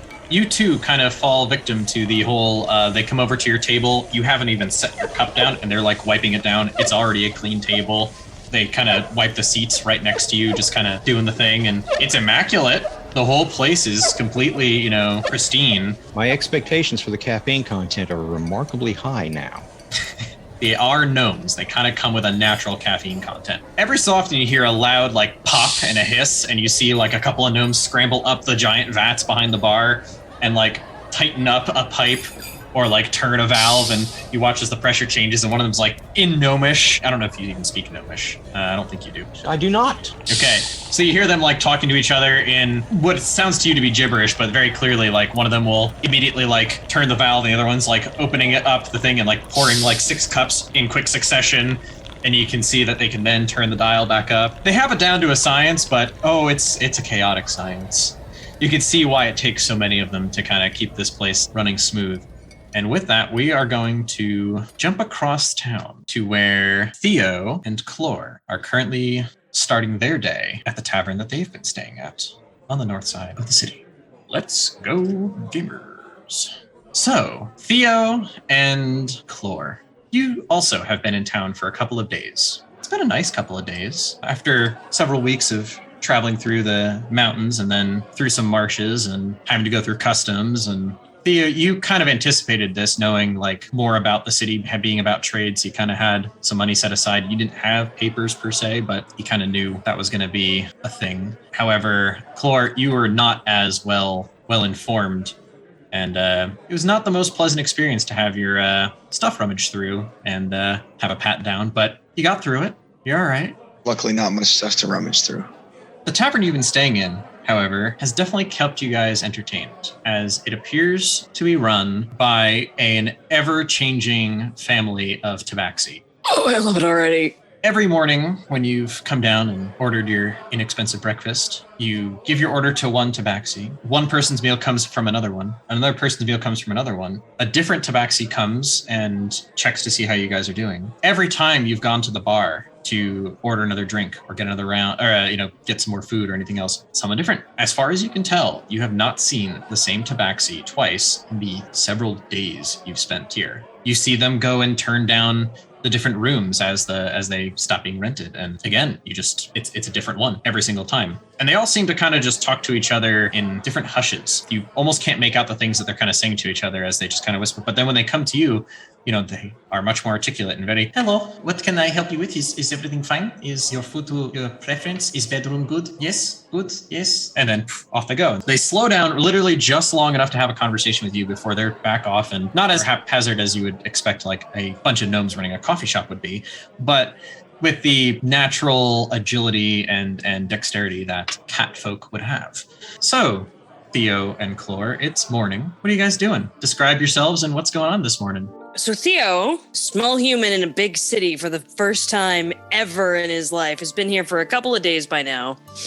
He's wearing his nicest shirt, which really isn't that different than his work shirt from back on the farm. It's just slightly less worn out looking, plain white linen, and his work pants and his worn old boots as usual. But he's taken the time to make sure that he looks presentable, and by that he means that he's taking care of his personal hygiene needs in the morning. His hair is nicely combed. He's prepared to continue, first of all, his tour of the city. I mean, he's curious about this big city. He's heard stories about it before, but never visited it before himself. And his traveling companion, Clore, didn't seem to know too much about it either. So everything is new for him. He's still wandering around all wide-eyed and in awe, as much as he'd like to just stay in this tavern and watch the cat folk all day if he could as well. He's left his bow and his pack behind in his room, carrying with him his coin purse and his papers, just in case he needs them, that temporary travel pass. Theo, who's a very nondescript looking human, brown hair, brown eyes, very average, is just waiting for a chance to cut in and find the right person to ask about how he might go about trying to find out more information about any adventuring guilds or parties looking for potential adventuring partners around the area. He figures he's been here a couple days, might be time to start knuckling down and getting to work. Right. How about Clore? Yeah, so sitting across from Theo is a larger in stature hobgoblin, deep blood, red skin, but surprisingly emaciated from lack of food. Bystanders might wonder, first of all, not seeing hobgoblins around a lot, take notice of him and kind of wonder why he's so lacking in musculature. Always keeps a hood over his head, long black hair down the sides that you can kind of see the tips of the hair coming out of the hood. Wild kind of eyes, always looking around. If you look close enough, might notice that his eyes are moving so fast that you wonder how he can see anything. What's he looking for? What's he looking at? Just kind of glancing around all the time. Although there's a lot going on above the neck, below the neck, very still, very calm. Does a very good job of portraying relaxation. Very comfortable with his new companion. Theo's sitting across the table from him, constantly talking and amazed at the wonders around him. Just almost comfortable to allow Theo to control the situation, perspective of everybody around him. Over the past couple of days with Theo, he's, found this kind of travel companion that they just happen to be traveling in the same direction with, and has become comfortable not having a lot of contact. And Theo has become somebody who's not afraid to just speak and talk and want to find out things, so he's using that to his advantage. And worn down boots, old, ratted up leather armor, has a spear that he always has out in his hand, but uses it as a kind of like a staff, like a walking stick, to kind of give off perception that he's kind of vulnerable and not really dangerous. Yeah, he just just sipping on a brew. Upon entering the city, without Theo's knowledge, kind of took his last silver coin that he has to his name. So he has been politely accepting Theo's grand gesture of buying him drinks and food with the promise of adventure and money making on the way.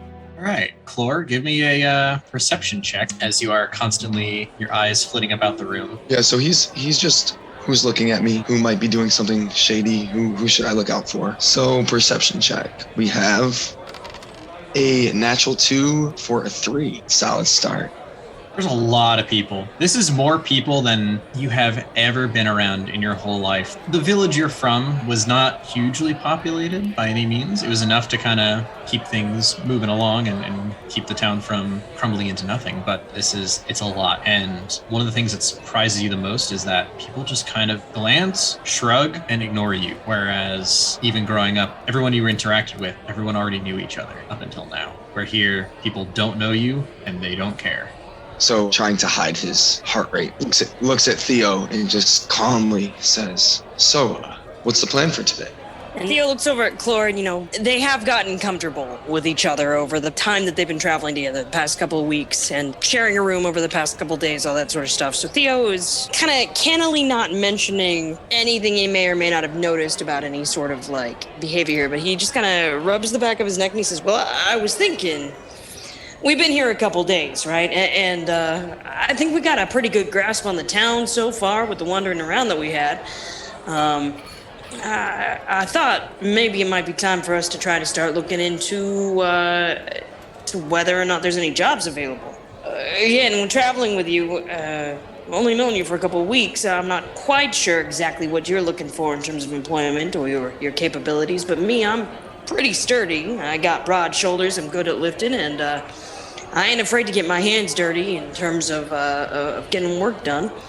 I thought maybe we could head towards one of the other districts, Merchant District, perhaps, or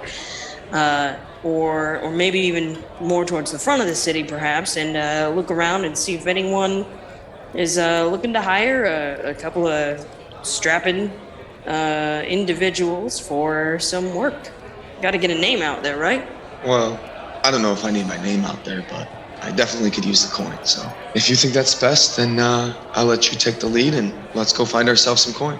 All right, I will drink to that. And Theo's going to raise his glass and he's going to clink it with Chlor's and finish up his breakfast for the day.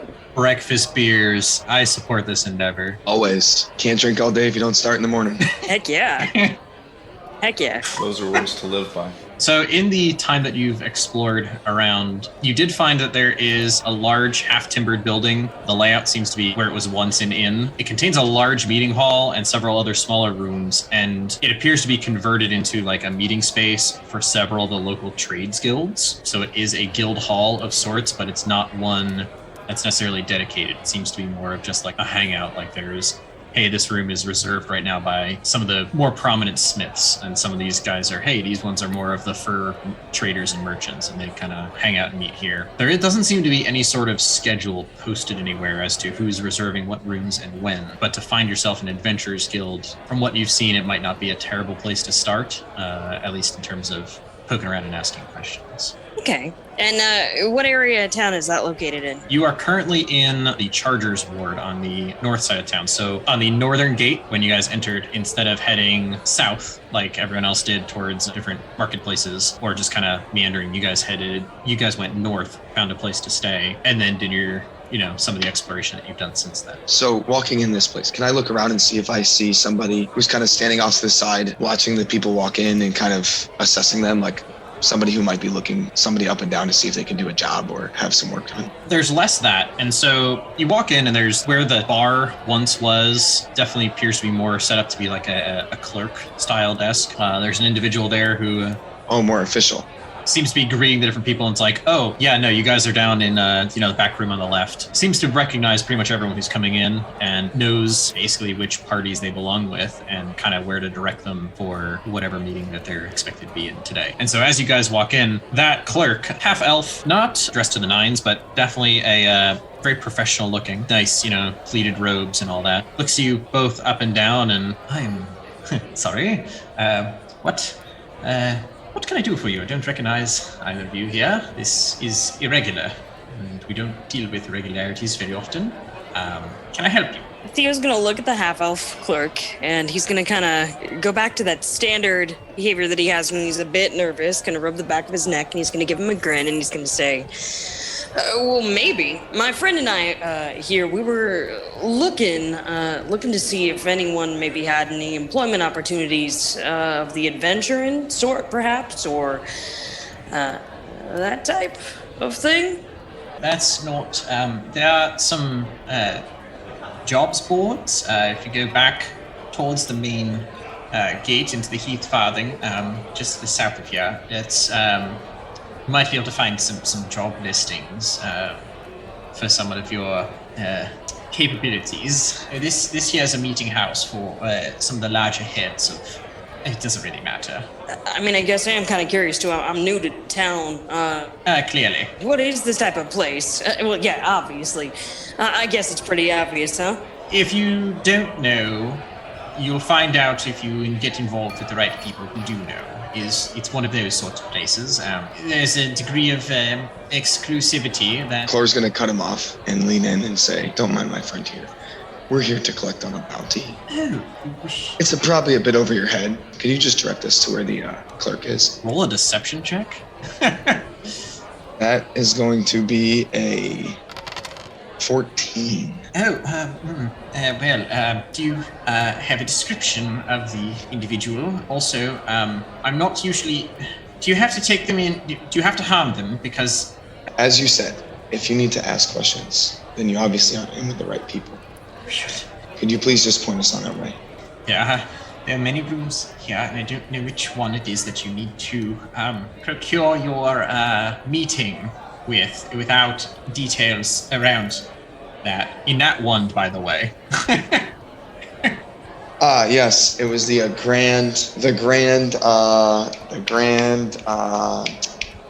what's his name? You know who I'm talking about. I was just... Grand is No, his name, that's his title. It's the Grand... you saying he is Grand Stature? Starts with a- Because there's three of... Grand... Grand. No, Are you sure you're at the right... let me... Cute. Look, Theo, we're at the right place, right? Yeah, this is definitely the right place. Is it Marshall? Grand Marshall? I think that's who we're supposed to... You're looking for the Marshall, which we have the Marshall blacksmith, we have the Marshall baker, we have there's the one who's in charge of some of the more finer goods. He deals with sculptures, pottery, over those. No, his name starts with a P. I know it. It starts with a P. Marshall. What's the blacksmith's name? Percival. Marshall Percival. Yes, that's what it is. That's what it was. What? A bounty? Do you have to harm him, or do you take him in alive? Oh no, we don't take him in. We are reporting to him. He's the one that hired us, but he You wish to have a conversation about a bounty here in a public meeting? Are you kidding me? What sort of bounty hunters are you? Oh, it's not for a human. Are you kidding me? We're not trying to harm anybody. We were literally procuring goods for him. Reserve rooms here, too? I mean, I think we overheard you talking to people, directing them around to different rooms, right? There's meeting rooms, yes. Right. So my friend here is saying that he'd like to have a meeting with Marshall Percival about that job in one of these meeting rooms. That's not how these things are scheduled. This is quite irregular. And you see, it's just very uncomfortable with just the level of like, are you here to kill people? Are you not here to kill people? You're now saying you're procuring goods. Are you trafficking drugs to this guy, to Marshall? Theo looks genuinely confused while this is going on, but he's just kind of like, okay. Confused, distressed, all kind of at once. So Thor looks at Theo and says, "This man cannot help us. Marshall Percival is going to be very displeased. We'll just go find him. We'll go to his shop and talk to him later." You can. Oh dear. He just kind of starts glancing upstairs, like, Okay, Theo, come on. We'll find him ourselves. And we just walk. I just start walking upstairs. Clore walks upstairs. And as Theo is following after Clore, as soon as they kind of like get out of earshot of the clerk, he just kind of leans over and he says, I didn't know you knew no one here, Clore. Well, I recognize names. You never know who you know until you know them. And sometimes you just got to know people. And he just keeps walking. You're really well connected, and Theo shrugs and follows after him, totally believing that they are about to head into a meeting with Marshal Percival. And Theo is just like looking around this building. He's like, wow, this is a very grand building. there are stairs that kind of go up both sides that lead to kind of a walkway that has an overhang. It looks like they took where there was an open ceiling in a tavern where you could sit people and just kind of have the music and the heat and the ruckus of the night just kind of be shared across the two floors. They've squished the hallways a little bit or squished the balcony a bit and made it like a hallway and have set up walls to set up different rooms along the upstairs. Are there name tags on doors? There are not. It appears that the clerk is the one who kind of orchestrates and directs where people ought to go. You just start knocking. Happen to know that Percival is probably on the second floor somewhere. Okay, so he's gonna look around and see if he can find another office assistant or another clerk that may be walking around with books or maybe hustling through the hallways from room to room to try and maybe ask a question of where he might find Marshal Percival. Unfortunately, after kind of walking around and looking around the upstairs, none of the doors have like any windows or anything, so there's no one obvious, and it looks like the only person who really attends to this place is, at least right now, the clerk up front. He just kind of helps keep the place in order, orchestrates what's what, and because of course, maybe at the end of the day he goes through and cleans stuff up or anything, but he just kind of seems to be in charge of it. So DM, like looking around, noticing the confusion here and thinking genuinely again that his buddy Clore can't find the guy that he's supposed to be having a meeting with, Theo's gonna lean over and kind of stare down at the clerk from the nearest available perch, basically, and say, excuse me, pardon me, sir, question real quick. Yes. I don't think you ever told us what room we were supposed to go to meet with Mr. Marshal Percival, and all the doors are shut. He just kind of points over at, if he's looking up at you guys, you're kind of slightly off to the right. He's kind of pointing across the way to the left, probably 4 doors down from where you guys are at, vaguely. Theo points to the doors like that one. Thank you very kindly for your help. Sorry to disturb again. I know you're pretty busy. Yeah, Theo, come on. I knew that. Come on, let's go. We got a meeting. Let's go. Okay, all right. So Theo's gonna trot obediently back over to Clore and be like, well, I mean, you look kind of confused there for a bit, which I understand. There's an awful lot of doors in this place. Yeah, I always get confused if it's the second or third door, but they all look the same. Sure do. Clore's gonna go up now that Theo is completely ready for this meeting. He's gonna go up to the door, and as confidently as he can, he's going to knock firmly twice and then just try the door and walk in. Okay. It's a very clean, well-kept meeting room. The table's made of wood and seems to have a leather inlay on so there's a wooden rim that goes around the edge, and there's a leather softened inlay on the surface. You can see a couple of minor indentations from where some either plates or mugs or maybe a vase has kind of sat at different times of the year. The chairs are rather ornate and shiny and clean. They have cushions and everything, and you're fancy cushion chairs. My God, novel concept. There appears to be just vague, landscape paintings kind of on the wall. There's a window that lets in some of the natural light and some unlit candles in case they were, I guess having a meeting in the evening, but there's no one in here. So I walk in and I turn around to Theo and say, oh, it seems like you forgot about our meeting. I'm going to try and find him. Just follow my lead. Some of these people don't know who I am, but the marshal definitely will, and we'll figure this out. Theo nods and he says, sure, absolutely, Clore. I trust you. I mean, it would have been nice to know that we were meeting for a meeting. I would have made sure that my outfit looked even better than it does now. Maybe would have tried to double check, make sure I look good, but I'll take your lead. I'll follow your lead there, pal. Yeah, absolutely. That's my fault. I should have let you know. Follow me. And Clore just walks back down to the clerk at the front desk. Just as you reach the bottom step, you hear a loud, thunderous explosion outside. In fact, all of you guys hear it. The two of you who are outside, Rinningham and Penn, you guys can see from within the inner walls, there appears to be a large plume of dust, smoke, and possibly flames that are reaching several feet higher than the wall as one of the large central spires appears to have erupted into flame with an explosion. Everyone else could hear it but hasn't seen it yet, all the guards start rushing towards, kind of down the streets towards where you understand the closest gates to the intersection of the city to be. And with that, we're going to take a quick break where I need to get more water and things and stuff, and then we will pick up from here. Good. After these short messages.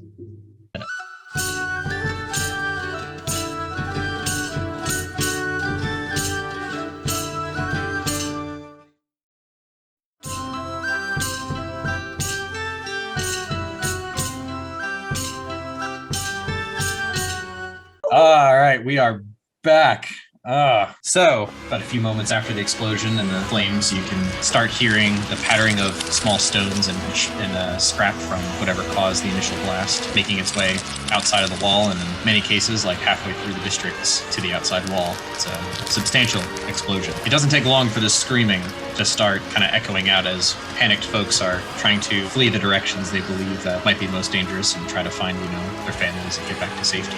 We're going to pick up with Penn in the market, watching cattle and, trying to find criminal activity take place of the stabbing sort, when you happen to hear a very loud explosion, followed by some screaming, which may help you find some of what you're looking for. Yes, Penn whips around and looks in the direction wherever the smoke is coming from and gives a wide, toothy grin to himself and goes, probably some bodies in there. Let's see if we can get them before they're crispy.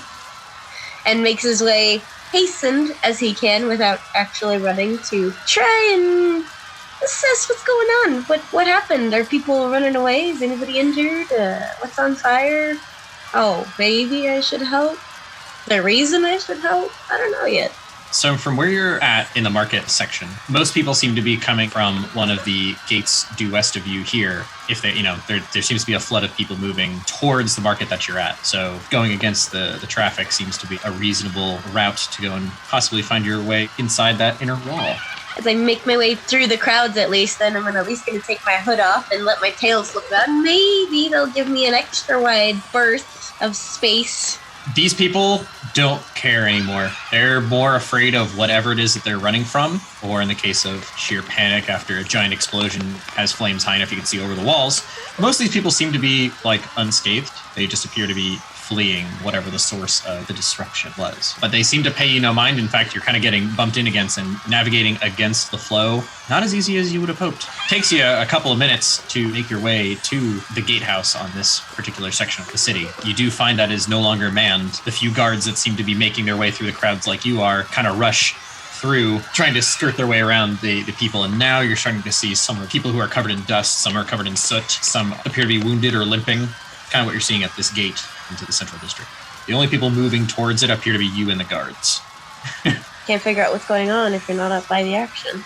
Is there somebody on the ground nearby that I can help up? No, it doesn't appear to be anyone who's been knocked over per se. Actually, you know what? Give me a perception check. 17. There's not someone necessarily who's fallen that you can help up, but you can see some individuals who are limping, dragging their feet. You can see there's bloody gashes, and definitely some wounded who could probably use a bit of assistance. I mean, I can't really help them, but I can go over and just wanted to ask them about maybe what they saw was going on, or what they heard about. Are you dead yet?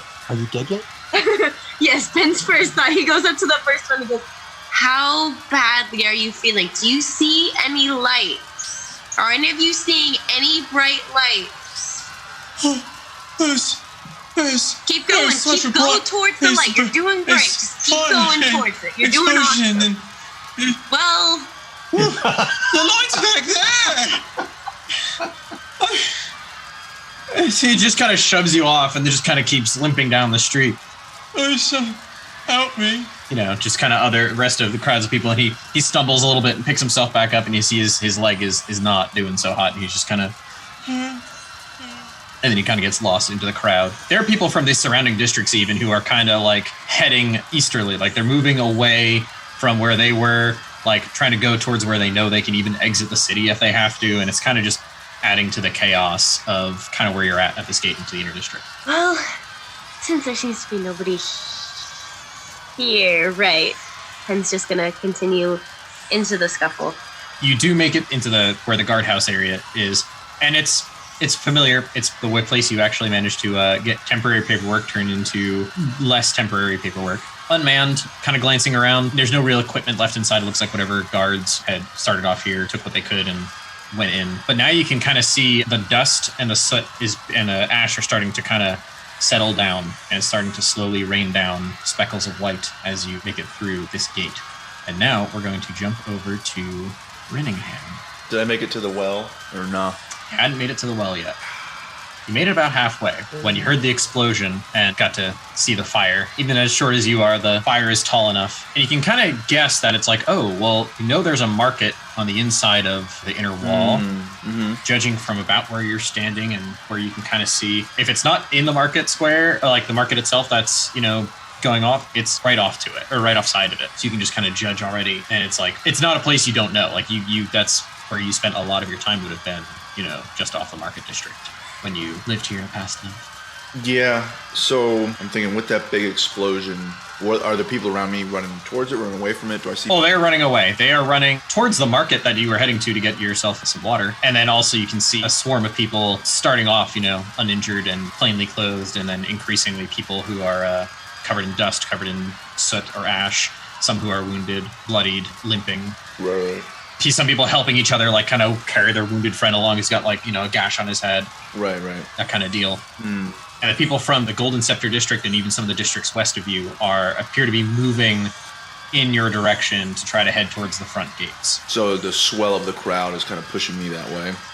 Is pushing you away from where the source of the fire and stuff is. It's pushing you closer to your destination of the well at the market. Yeah, I've kind of been snapped out of that, trying to get a drink of water. I'm trying to think. So if the center spire exploded, it's kind of in the direction of the market, of the interior market district. Yeah, I think I would just keep, kind of go with the crowd and kind of see where that takes me, because it was kind of. I'm not going to be running towards the fire. I'm not going to be running towards the giant explosion. If the crowd's already pushing me, I'm already kind of small. I can really battle my way through. So, just kind of being swept away with the crowd, really, at this point. Okay. I mean, you're 3.5 feet tall, so there's not really... It's not. It's very easy to sweep. Yeah, you're either very easy to sweep, but if you were to, try to weave through legs, you might be able to do stuff if you didn't get, decked out. And I'm kind of casting my mind out too with the telepathy for my owl. Okay. We'll see if he's nearby. He's flying around somewhere. As you try to kind of stretch out with your mind, you don't really hear anything back, whether it's, But Scott. It's either the range or just there's too much commotion for you to be able to focus and be able to reach out to your feathered friend as the crowd continues to shove you towards the market. As you go by, you happen to notice a figure in dark robes heading against the flow of the crowd. For about a moment, and you glance, they appear to have golden horns and dark robes, and they kind of stand out as an individual that's moving against the flow of all these people, these wounded, hurting people who are shoving you towards the market. So how close? Oh, probably 10, 15 feet out. Perfect. So as I'm being swept back, and as I'm already kind of casting out with my mind, noticing these gold horns, I see the kind of glint in the light. I can kind of see this person. I throw my mind, and I just kind of, to get their attention, almost like hey, wait, what's that? I just that kind of spear of thought heads that direction with my limited telepathy. So it's not really like a hey, it's like that impulse of like if someone shouts your name in a crowd, you think you kind of hear your name. Yeah. Hen, in the back of your mind, as you I just realized you probably can't see me because head towards the gate, you just get a kind of like an alert in the back of your head of like, hey, what are you doing? As a feeling, not so much a like about your car's extended warranty. What an introduction. Congratulations, you have a telemarketer as a party member. I immediately jump into the fire. Oh my gosh, the Verdant would be the worst and or best markets, marketing people. They could literally just stand out in town square and just intrusive thoughts. Just throw them. Anyway, Sorry. No, you're good. You're good. There's population quotas now on Verdan because they're, considered to be a troublesome race. Hey, why is this Verdan guy over here dead? He kept calling me. Gotta sign up for the National Do Not Disturb list.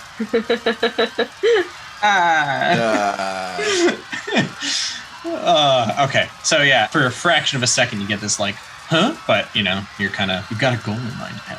Rin, you are yanked towards the market against your will, effectively, and you get there. And as you approach the market, lots of the stalls have kind of been either closed up, pulled off the main stretch, or straight up abandoned. And several of them appear to have been quite possibly ransacked. There's just kind of, strewn pieces of things there as opposed to what you saw a few minutes to an hour before. And as there's room for people to disperse, you can see that there's a lot of people who are sitting around the well, mostly wounded, who are, someone's pulling up a bucket for them and trying to give them some water, or like some are trying to wash their wounds. As you find yourself in the center of a wide open area and looking to the northwest, you can still see the fire and the smoke. The plume of smoke is just getting taller and taller. And with that, we are going to jump to Bob. My coffee has become a to-go cup. As I head towards the front of the gnomish barista area, maybe? Is that where you store baristas? We'll go with it. Sure. Okay. So I'm headed towards the door, and then it's like, sounds like something interesting. Oh, by the way, before I forget, every time I hear Ren, I keep expecting to hear Stimpy. And every time I hear Penn, I keep expecting to hear Teller. So there's like this weird name association going on in my brain. Just you wait, Jim. Just you wait. The names will get better. I'm not saying there's anything wrong with them. I'm just saying that my brain keeps going like into a next step, and it's never there. So it just kind of steps off the edge, so to speak. Okay, so we're headed to the front door. So from the front door, give me a perception check. A check of my perception. What do I see? A check of your perception. What do I see with my... Especially because you are not exactly a city dweller. And the pure cacophony definitely makes it a little harder to figure stuff out. Woohoo! I rolled an 18. All right. You kind of glance off, and you can kind of see off to the right where the large plume of smoke is rising. You can see some of the flames licking above the walls as you are just north of the market that you had kind of started to peruse before. With that, you can hear and see off to the left where lots of people who have kind of, abandoned their homes or even, or just their shops, or just kind of running through the streets, they all appear to be heading towards that wide open market area that you had kind of looked at before. Looks like a blight upon the land. I shall go and observe. This looks like it could be a good time. And I wander that direction. You're going to start heading against the crowd towards where they're coming, or towards the market? Towards the now burning structure, at least hopefully burning. Okay. So you start having to navigate, and you're having to push against the crowd as well. Hey, careful. Hot beverage. Dude abides, man. I got a beverage here. Give me a dexterity saving throw. I don't like where this is going. Oh, no. Roll to save the coffee. Oh, and it could be that hot. It was Tinker Gnomes. Oh, no. That's a 4. I'm covered. Yeah, that's, The dude is not happy. Fill my beverage, man. You take damage from a hot coffee. Is this our first damage, and it comes from a hot coffee? This is what I needed. Man, they served it at 110 degrees. Bob, as you run through the streets, trying to, definitely keep your hot beverage, someone just kind of plows straight into your chest and kind of gives and just kind of sprays hot beverage all over like your chest and up the front of your neck, and you do take a point of damage. Oh, man. Uncool. And you're down to like a third of your beverage in a cup that is crunched, and the guy just kind of like shakes off and just keeps on running. Like he just doesn't even look at you. He just kind of like, and just kind of keeps on going. And it doesn't take long for the wounded and the dusty to also start showing up. People who are clearly coming from inside closer to where this all happened. And for you as well, you start to see the ashes coming down from the sky as a distinct smell to it, as reminds you of the terrible things you've witnessed in some of the nicer forests you've ever been. Oh man, this is like a forest fire in the city. All right, cool.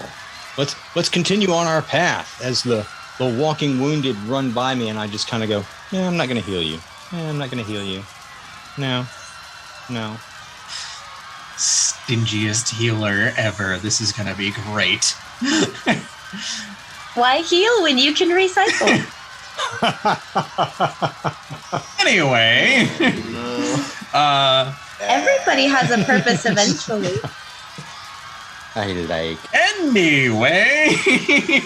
yeah. So it takes you a couple minutes to fight against the crowds, and even have to use a little bit of some back streets in order to get around where people have kind of stopped up, and you can see that they're kind of pulling themselves away into a bit of an alleyway to kind of tend to those who are having a hard time moving. You can see that some of their wounds are just much larger now that they're away from the largest swaths of trampling people. It's like they can start tending to them, and you kind of have to skirt around, and then before long you're able to find yourself against the large wall. Occasionally you see a guard kind of run past you, and they're with their armor, they're actually kind of like shoving people away, and people seeming to give them some berth, as opposed to you, some random guy who looks like he grew up in the woods, walking against the crowd. They're just like, what the hell? And you do make it to the gate, and you find yourself at a similar looking guardhouse. You just kind of offset into the section of the wall to the one that you saw at the front, except it appears to have like a proper clerical window kind of thing that you could, work through. And you suspect that if there wasn't a giant fire, this would be a good place to get your papers converted. That's my 3 silver pieces at work right there. Yes, it is. Yes, it is. As I take a sip of the remainder of my coffee, that's a good start. All right, cool. It's a blight upon Mother Nature. All right, so we're going to now jump over to Theo and Chlor. For you guys, off to the southwest, there appears to be a loud noise. There appears to be fire. There's smoke billowing up into the air. It took a little longer, but now you can hear the screaming, and people are starting to flee the area and start, filling up the streets as they are trying to head further from whatever it is that caused all of this, as you guys are, inside a guild hall. Chlor, your buddy there, Marshal Percival, right? I'm assuming he's one of those highfalutin types, right? Like the type that might live in that type of area? Now, I don't know about you, but I'm already mighty worried about those people in general, too. So you know what I'm thinking, good buddy? Oh, I can guess. I'm thinking maybe we should mosey our way over there, see what's up, and if we can help and maybe find your buddy Marshal Percival, make sure he's okay, and then render what aid we can. It's the right thing to do, after all, right? Yeah, I'm totally into doing what the right thing to do is. Let's do that. As Chlor says that, Theo pats him on the back. It's a nice hearty pat. He's just like, so this is why I like you. This is why we get along well as traveling companions. Great minds, as the saying goes, think the same. So, Yeah, I'm right there with you, buddy. And he gives him a little fist bump on the shoulder, yeah, you go, man. All right, and Theo is gonna nudge his way out into the street and kind of start meandering his way, against the crowd towards the area of chaos. And as he walks, he's just kind of casually continuing conversation with Chlor while this is happening. There's people, running by, and he says, I don't know what it was like where you were from, but back in Modesty, the town closest to my little homestead there, whenever anything like this would happen, everyone would try to rally around and see what they could do to help. So I sure am glad that you're right here with me. To be clear, Chlor is following along, probably about 5 to 8 feet behind, not listening to a word Theo is saying, and just doing the old telephone trick, sure. And as he walks out of the building, he looks at the clerk and just rolls his eyes like, are you kidding me? And just follows Theo I guess this is what we're doing now. And he's just like, yeah, back where you're from. Small town. Yep, sure. Yep, cool. I'm now one of the good guys. Yay, team. One thing Chlor does do is he looks around as the two of them, I guess, are trying to work their way through the crowd and is looking for somebody or anybody just doing what they're doing. And by that, I mean going the opposite way of everybody else. Is there anybody else that is... Give me a perception check.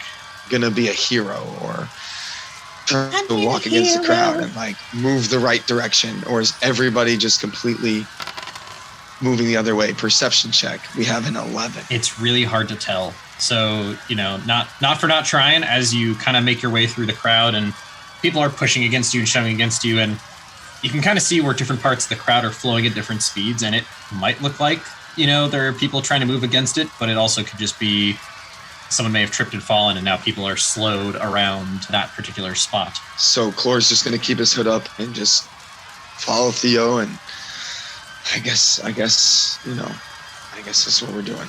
All right. So it's a bit of a trek. You kind of know where the gate is on the northern side of the central district. The closer you get, the tighter compacted people are as they are trying to flee and head towards from whence you came. But you do eventually make it to the guardhouse and the gate into the intersection. By the time you make it there, it looks like the crowds, however, are starting to die down. Most of the people who have made their way out that way appear to have done so. Compared to the southern side, there's more room to disperse, quickly in that particular portion of the city. And you kind of see just the occasional straggler, like someone who's just kind of like walking in a daze and covered in smoke. And one guy is you can see he's partially burnt on the side as he's just like, Can I? And he can't even complete a sentence as he just kind of makes his way over and finds a place to sit down. So is the fire dying down, or does it seem like something's feeding the fire?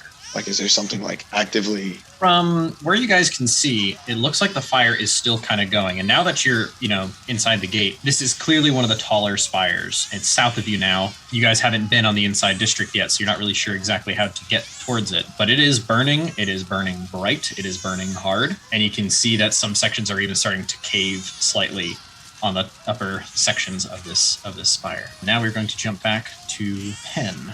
Penn, there are lots of wounded who are moving past you. And you can see guards are trying to kind of ferry people as they run past. They're trying to guide them out towards the gate that you've just come through. Occasionally one will tell another guy hey, take my post, and he'll run off in the opposite direction. Not really sure where he's off to, other than it's towards where all the chaos is. You're starting to see more just people covered in burn wounds, as opposed to just things of shrapnel and bruising, and now you're starting to see the person who's badly burned on their side or being carried by their friends because they physically can't move anymore. You're missing limbs. You're looking at people who are severely wounded. Where do you head? Penn is weaving and bobbing throughout the people who are sauntering away from the massive destruction, and is kind of humming to himself, just checking over, going, no, not you, no, not you, no, not you, definitely not you. And the closer he gets to the fire, the more discouraged he's becoming. There's just nothing salvageable at this point.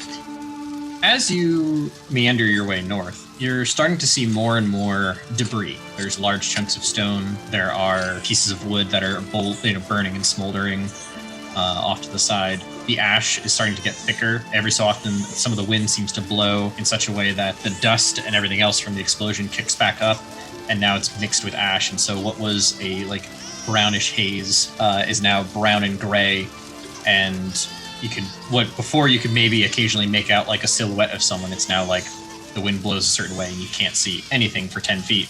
Before then it clears again and reveals a person who's been trampled or partially crushed by some debris as the building that's burning comes more and more into view the further you head in. It's just off the market. As you make your way to the clearing, you can see this massive towering structure just completely engulfed in flame, and sections of it, as it falls, it hits other buildings and if it's wood, it kind of shatters and kind of pops into shrapnel. You can see the fire just kind of spreads everywhere, and it's slowly smoldering on some of the rooftops, and then occasionally a piece of stone will just kind of fall and as a single piece of thud solidly into the ground, and you're like, I knew there was a person there. Versus another one that'll fall, and when it hits, it kind of splinters and kind of shatters into kind of like a grenade, kind of just and off in different directions, and it's all hot stone. There's more guards now, and they're kind of you can see they're trying to sip around, and they're calling out to people, they're calling out to each other. Somebody took a lot of either planning, or this was a massive experiment gone wrong. Penn's just going to continue making his way to the epicenter. Now his curiosity is piqued, and while he is looking for bodies, it's become second priority to just figuring out what's with the chaos, guys. What are we doing? As you do, the guards in the area, like, they kind of keep trying to, like, guide you. They'll stop you for a second, like, Draw head back that way. It's not safe here. and as you keep going, they just assume that you're kind of dazed. Before long, you reach a point where the ash that's kind of and soot that's kind of billowing out from the fire is enough to more just obscure your vision, other than a red glowing structure that goes up hundreds of feet. There are corpses kind of strewn in various states of assemblage. There's no one really yet cleaning up the mess, as the fire is still burning, and you start seeing some people coming in with like buckets, and they'll stop because they look up and they just kind of put the bucket down, and some guards kind of will come up and like, You need to get out. Yeah. they've just gotten used to you standing there at this point. Pen's gonna go over to the corpses, crack his knuckles, and be like, well, since nobody's keen on pestering me at this point, let's have some practice. And on that chilling note, we're going to switch over to Renningham. Yeah, so I'm kind of curious about the gold horns that I saw pass. I mean, I know that it was just kind of a fleeting thought that went their way. They didn't even stumble, they just kind of kept going, or like they didn't even pause to look back, or Barely even flinched. A person who's used to being avoided was kept getting bumped into, and suddenly had a tickle in the back of their brain. Was like, oh, hey. So there's some people around me, some of the ones that are a little more, well, some of the ones that were kind of closer to the epicenter, I go up to them and I want to know. What part of the city did you come out of? How close were you to the blast? Please, sir. I don't want to die. He pulls his hand off of his side. You can see there's actually like a massive wound that he's been holding, and as he pulls it away, it starts to spread even more. Please, sir. I was just walking home. I just wanted to go home. I'll rip part of the bottom of his shirt off and use Words are hard. Prestidigitation. that one. Prestidigitation. There you go. To clean that strip of cloth and then tie it around his midsection and just kind of say, You should be fine, just don't move too much. and then I'm just gonna get up and kind of move on to the next person and ask kind of the same question of, you know, how close were you? Did you, you know, was anybody moving around? It was just an explosion. It just went up, and there was people everywhere. Stuff. I don't know. It's all kind of. Are you a god? Am I a god? No, god. Like, where's your armor? Oh, no, I'm not a guard. If I was a guard, I'd be trying to take money from you. Only 3 silver. As I'm still walking and I'm trying to think of every time that I talk to someone else, I keep thinking about those gold horns and that person I saw walking against everybody. Is there still like a huge crowd of people streaming out, or is it just kind of there was that initial push? It's starting to die down a little bit. Okay, so I could start The initial wave, you just kind of happened to be right there when it was going on. Where Okay. So I can kind of recognize, you mentioned before that I kind of recognize that part of town that blew up. Now that the crowd's kind of died down and it doesn't seem like I'll be trampled, I'm going to try and see if I can't find where those gold horns went.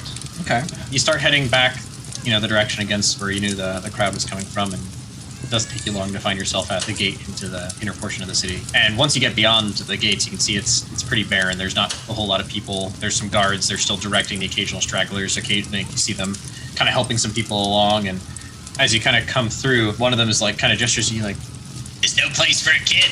Get yourself back. Go find your family. I beg your pardon. You think I'm a child? Oh, sorry. It's not safe here. If you're staying around, it's at your own risk. I very well assumed that risk, thank you. and as you say that, like a gust of wind kind of blows by and kicks up some dust and ash, and you can like only barely make out the guard that you were just talking to before it passes, and pretty readily see that it's not the easiest of situations right now. I'm going to cast Fairy Fire. Okay. Each object in a 20-foot cube within range is outlined in blue, green, or violet light. Any creature in the area when the spell is cast is also outlined in light. If it fails a dexterity saving throw for the duration, an affected creature shed dim light in a 10-foot radius. Okay. So I'm just going to kind of cast it out in front of me a ways, like arm's length. So it's a 20-foot cube, just to kind of see what's in front of me. As you do, the guard that you were just talking to, you kind of now see that his back is to you, and he's like, oh, what? And he's now glowing faintly, and you can see kind of like, think of like a video game kind of like radar scan, where like as the moment the spell is cast, like, and you can kind of see like glowing segments of like rock and debris and stuff that was already burning kind of burns, glows a little bit brighter for but a moment, and they kind of stand out, but the dust it's easier to see them against the dust, but the dust is still like doing a pretty good job of obfuscating it. However, you do think you can probably pick some of it up and just like kind of chuck it like lanterns that you can throw out. Right. Now that you're beyond the gate, you can definitely see that the burning structure was right on the market square. In fact, looking up, if you remember correctly, it may have been your old office. Dun dun dun. So there's nothing else in front of me that I can really tell that would be in my way if I just kept walking forward and heading towards where I guess the center of the blast would be. No, it's really more just as you go, you see more and more debris. You start seeing wounded who have stopped moving. You see people who probably haven't moved in quite a few minutes at this point. You see there's guards who are still trying to like kind of shuffle people out of the area. They see you kind of walking against the grain, and occasionally they call out to you like, "Hi, what are you doing?" But they don't interfere with you per se. And with that, we're going to jump back over to Bob, who is at that same gate area. You know, I have a feeling that these golden horns are going to turn into a yellow umbrella. No, this is not How We Met Your Mother. Are you sure? Although that is solid reference. Solid reference. I get lucky every now and then. You are beyond the gate, and you can kind of see where the dust and the ashes are kind of flowing through, and there's fewer and fewer people making their way out. Guards are kind of doing their best to direct people, and you even see what appears to be a small green child dressed kind of nicely, adventure-y, kind of just skirt along one side of the wall and just kind of disappears into the dust. Green. Interesting. Moving pretty good. Not too worried about him. All right. Against the flow, I mean, similar to you, but, you know, what kid should be doing that? Well, that's intriguing. Why would a child be going against the flow? And as you say that, another, like, wounded person coming out of it just kind of stumbles and shambles into you. And you can see he's got almost no clothes on, and his body is kind of covered in pretty substantial burns. Not enough that you can see, like, bones or organs or anything like that, but it's enough that you can tell he's going to be disfigured for life. And he kind of just stumbles towards you. Do you have any food? I could go for a bite to eat. Tell you what, bud, hang on just a sec. Do you like garlic? He blinks at you a couple times, and then he just kind of turns and starts walking, just back through the gate. Hey. Come back here, buddy. Do you have any food? Don't those burns hurt? Burns? I'm burnt. He starts screaming bloody murder as the shock slowly begins to wear off and the pain unfortunately begins to set in as you have. I will reach out and I will place my hand upon his shoulder and cast Healing Word because, dang it, what the hell. Alright. Is he going to try to resist this? No. Okay. Let me roll my D4. So we don't have to do that. And he is healed up for 6 whole points of damage. You watch as some of the worst parts that were like raw just kind of start to seal over, and parts of the skin that were like bright red kind of simmer down in color, and it doesn't really help him much in the clothing department. But the screaming kind of turns back into a moaning. And he looks at you like in acknowledgement, but also in kind of like the shock is kind of starting to take back over again of just like, what the hell did I just have to be healed from? Why the hell am I experiencing this kind of? And he just kind of taps you on the shoulder and keeps on walking. Excellent. You continue on your way. It's feeling better. A few moments later, you see kind of a flash, and it looks like there is a man who's standing, who's glowing in the dust, and then things across the ground are also kind of glowing in the dust. And you can see kind of silhouetted against the glowing things is a small 3.5 foot tall-ish individual. Well, this day just gets weirder and weirder. Wonder what this guy's up to. Do traipse on over there. Do. What the hell is going on over here? And you find yourself, Rin, just as you have finished casting your fairy fire and starting to glow up the area, you get approached. So, fairy fire? Why, I just couldn't see things very well. It's low to the ground, lots of dust. Were you in the blast? No. I'm just here to spectate. To spectate? Did you have something to do with the explosion? Oh, good heavens, no. I'm not into that kind of thing. I mean, don't get me wrong. These buildings and structures are interfering with Mother Nature, but that doesn't mean that I go out of my way to destroy them. I do take a slight pleasure in watching them decay, but I'm not going to actively participate in this endeavor. So then why are you here? Socks. There it is. Wool or some kind of cotton blend? I prefer wool. It keeps you warm even when they get wet, and they last a long time. So, very important. As a curiosity, why are you here trying to see through a dust cloud? I have to admit, I'm completely perplexed by fairy fire. You don't see this very often. I was looking for a pair of horns. Gold horns. Well, I would imagine that would be an interesting thing to shop for in this town, perhaps. Oh, I wasn't shopping for them. I saw them walking this way. Assumed that they were either part of this commotion or knew something that was going on. Am I to assume that these horns were attached to a body, or were they just walking in tandem? They must have been attached to a body. They were moving on their own. Oh, huh. Let me take a look here. Let me just do a little perception. Since I'm a little bit taller, perhaps I can see a little bit farther on your behalf. That's a whole 16 to see if I can see some golden horns floating amongst this crowd. So there's not much of a crowd, but as you glance around, you can see occasional glints of what appear to be armor, which you suspect to be the local guard working on stuff, guiding some people. And you do see a dark figure that kind of seems to like stand up and move to another mass on the ground and crouch down, be there for a few moments, and then stand back up and then move over to another one and crouch down for a few moments and stand back up. Hey, Bud, is your doctor or is your horn-wielding person like in the medical profession? I was only following the horns. I know nothing. I just assumed that they had something to do with the explosion. Well, I see a figure of interest. I don't know about horns, but they certainly seem to be caring for the wounded.